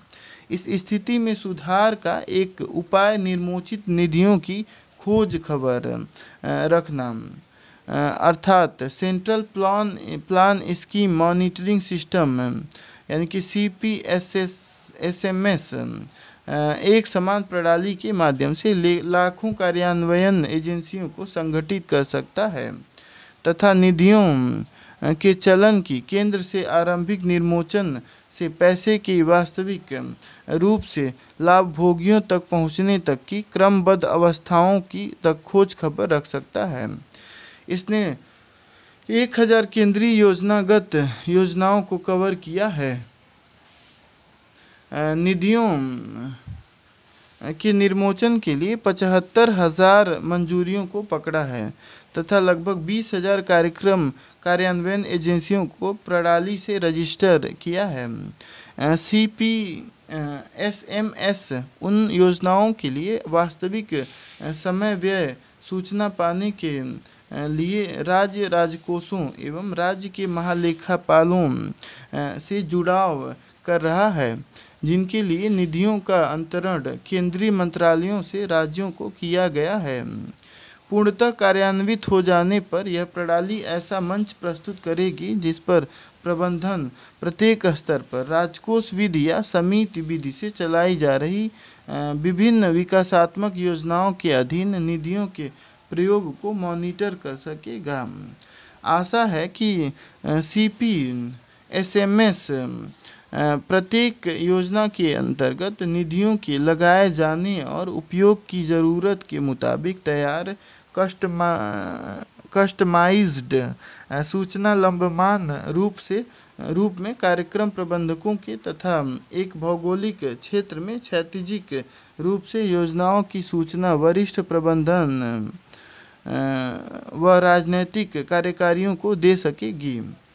प्रणाली द्वारा उपलब्ध सूचनाएं कार्यक्रम प्रबंधन तथा नीति आयोजन के लिए महत्वपूर्ण होंगी।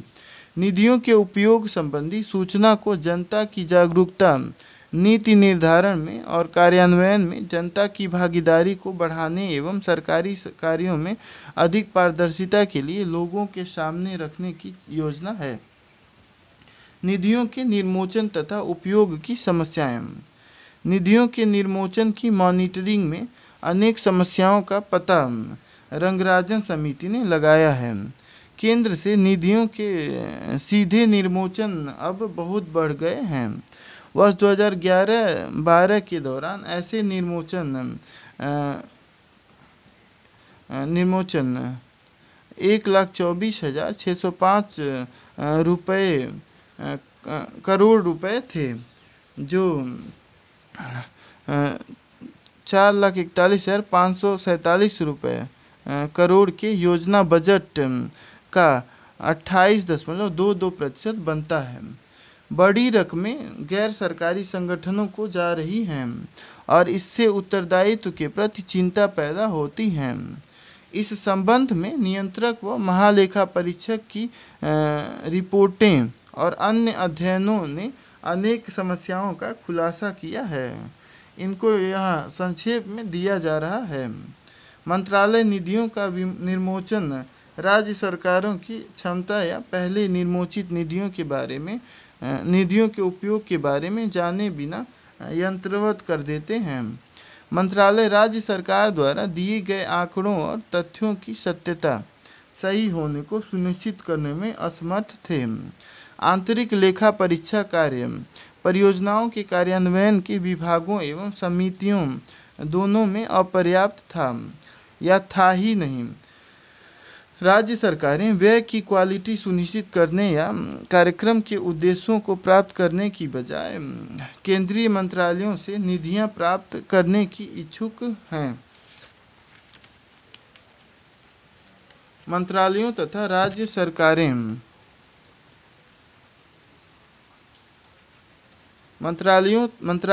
राज्य सरकारें लेखों में अंकित निधियों के खर्च की उपयुक्तता तथा यथातथ्यता पर कल्पित पूर्ववृत्तता मानते हुए निधियों के दुरुपयोग की जांच करने के प्रति गंभीर नहीं थी। कार्यान्वयन एजेंसियों द्वारा दिए गए खर्च के आंकड़े जिला स्तर की एजेंसियों द्वारा बताए गए आंकड़ों से मेल नहीं खाते। कुल मिलाकर खर्च संबंधी सूचना विश्वसनीय नहीं है। इस बात का कोई आश्वासन नहीं है कि कार्यान्वयन एजेंसियों ने निधियों को योजनाओं पर व्यय किया है। मंत्रालय राज्य सरकारों द्वारा दिए आंकड़ों एवं तथ्यों की सत्यता सुनिश्चित करने में असमर्थ थे। राज्य सरकारों द्वारा भौतिक, वास्तविक तथा वित्तीय निष्पादन के आंकड़ों को बढ़ाकर दिखाना बहुत आम था। गलत रिपोर्ट देने तथा बताए गए निष्पादन को जांचने के उत्तरदायित्व की कोई प्रणाली नहीं थी।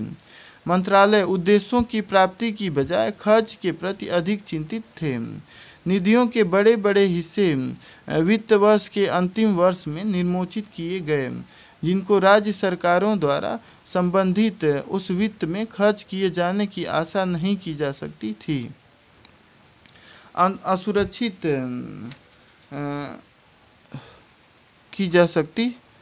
असुरक्षित क्षेत्रों एवं समाज के वर्गों हेतु दी गई निधियों का दुरुपयोग अस्पष्ट था। राज्य सरकारों ने ऐसे दुरुपयोग की ओर अधिक ध्यान नहीं दिया। नियंत्रक मंत्रालयों को ऐसे दुरुपयोग का कोई भान नहीं था। केंद्र से सीधे ही निधियां प्राप्त करने वाली जिला ग्रामीण विकास एजेंसियां, राज्य स्तर की समितियां, गैर सरकारी संगठन या स्वायत्त निकाय राशियों को और आगे अपने संगठकों, पंचायती राज संस्थाएं, जिला स्तर की समितियां आदि को निर्मोचित कर देते हैं। यह देखा गया है कि एक जिला ग्रामीण विकास एजेंसी से ताल्लुक़ या ब्लॉक पंचायत को प्राप्त या राज्य स्तर की समिति द्वारा जिला स्तरीय समिति को प्राप्त दिखाई गई राशि पंचायती राज संस्थाओं और राज्य स्तरीय एजेंसियों द्वारा निर्मोचित राशि से भिन्न होती है। क्रम से आरंभ वाली कार्यान्वयन एजेंसियों द्वारा दिए गए व्यय के आंकड़े जिला स्तर पर एजेंसियों द्वारा दिए गए आंकड़ों से मेल नहीं खाते। कुल मिलाकर व्यय की सूचना भरोसे योग्य नहीं है। इससे हमारी संसदीय प्रणाली को क्षति पहुंचती है, क्योंकि यह ऐसे खर्च पर विधायिका के नियंत्रण की कमी और चूक यानी कि लापरवाही को दिखाता है। इन विचारों का समर्थन हमारे तत्कालीन वित्त मंत्री द्वारा NDC में दिए गए भाषण में किया गया था। एक बिल्कुल सटीक, पारदर्शी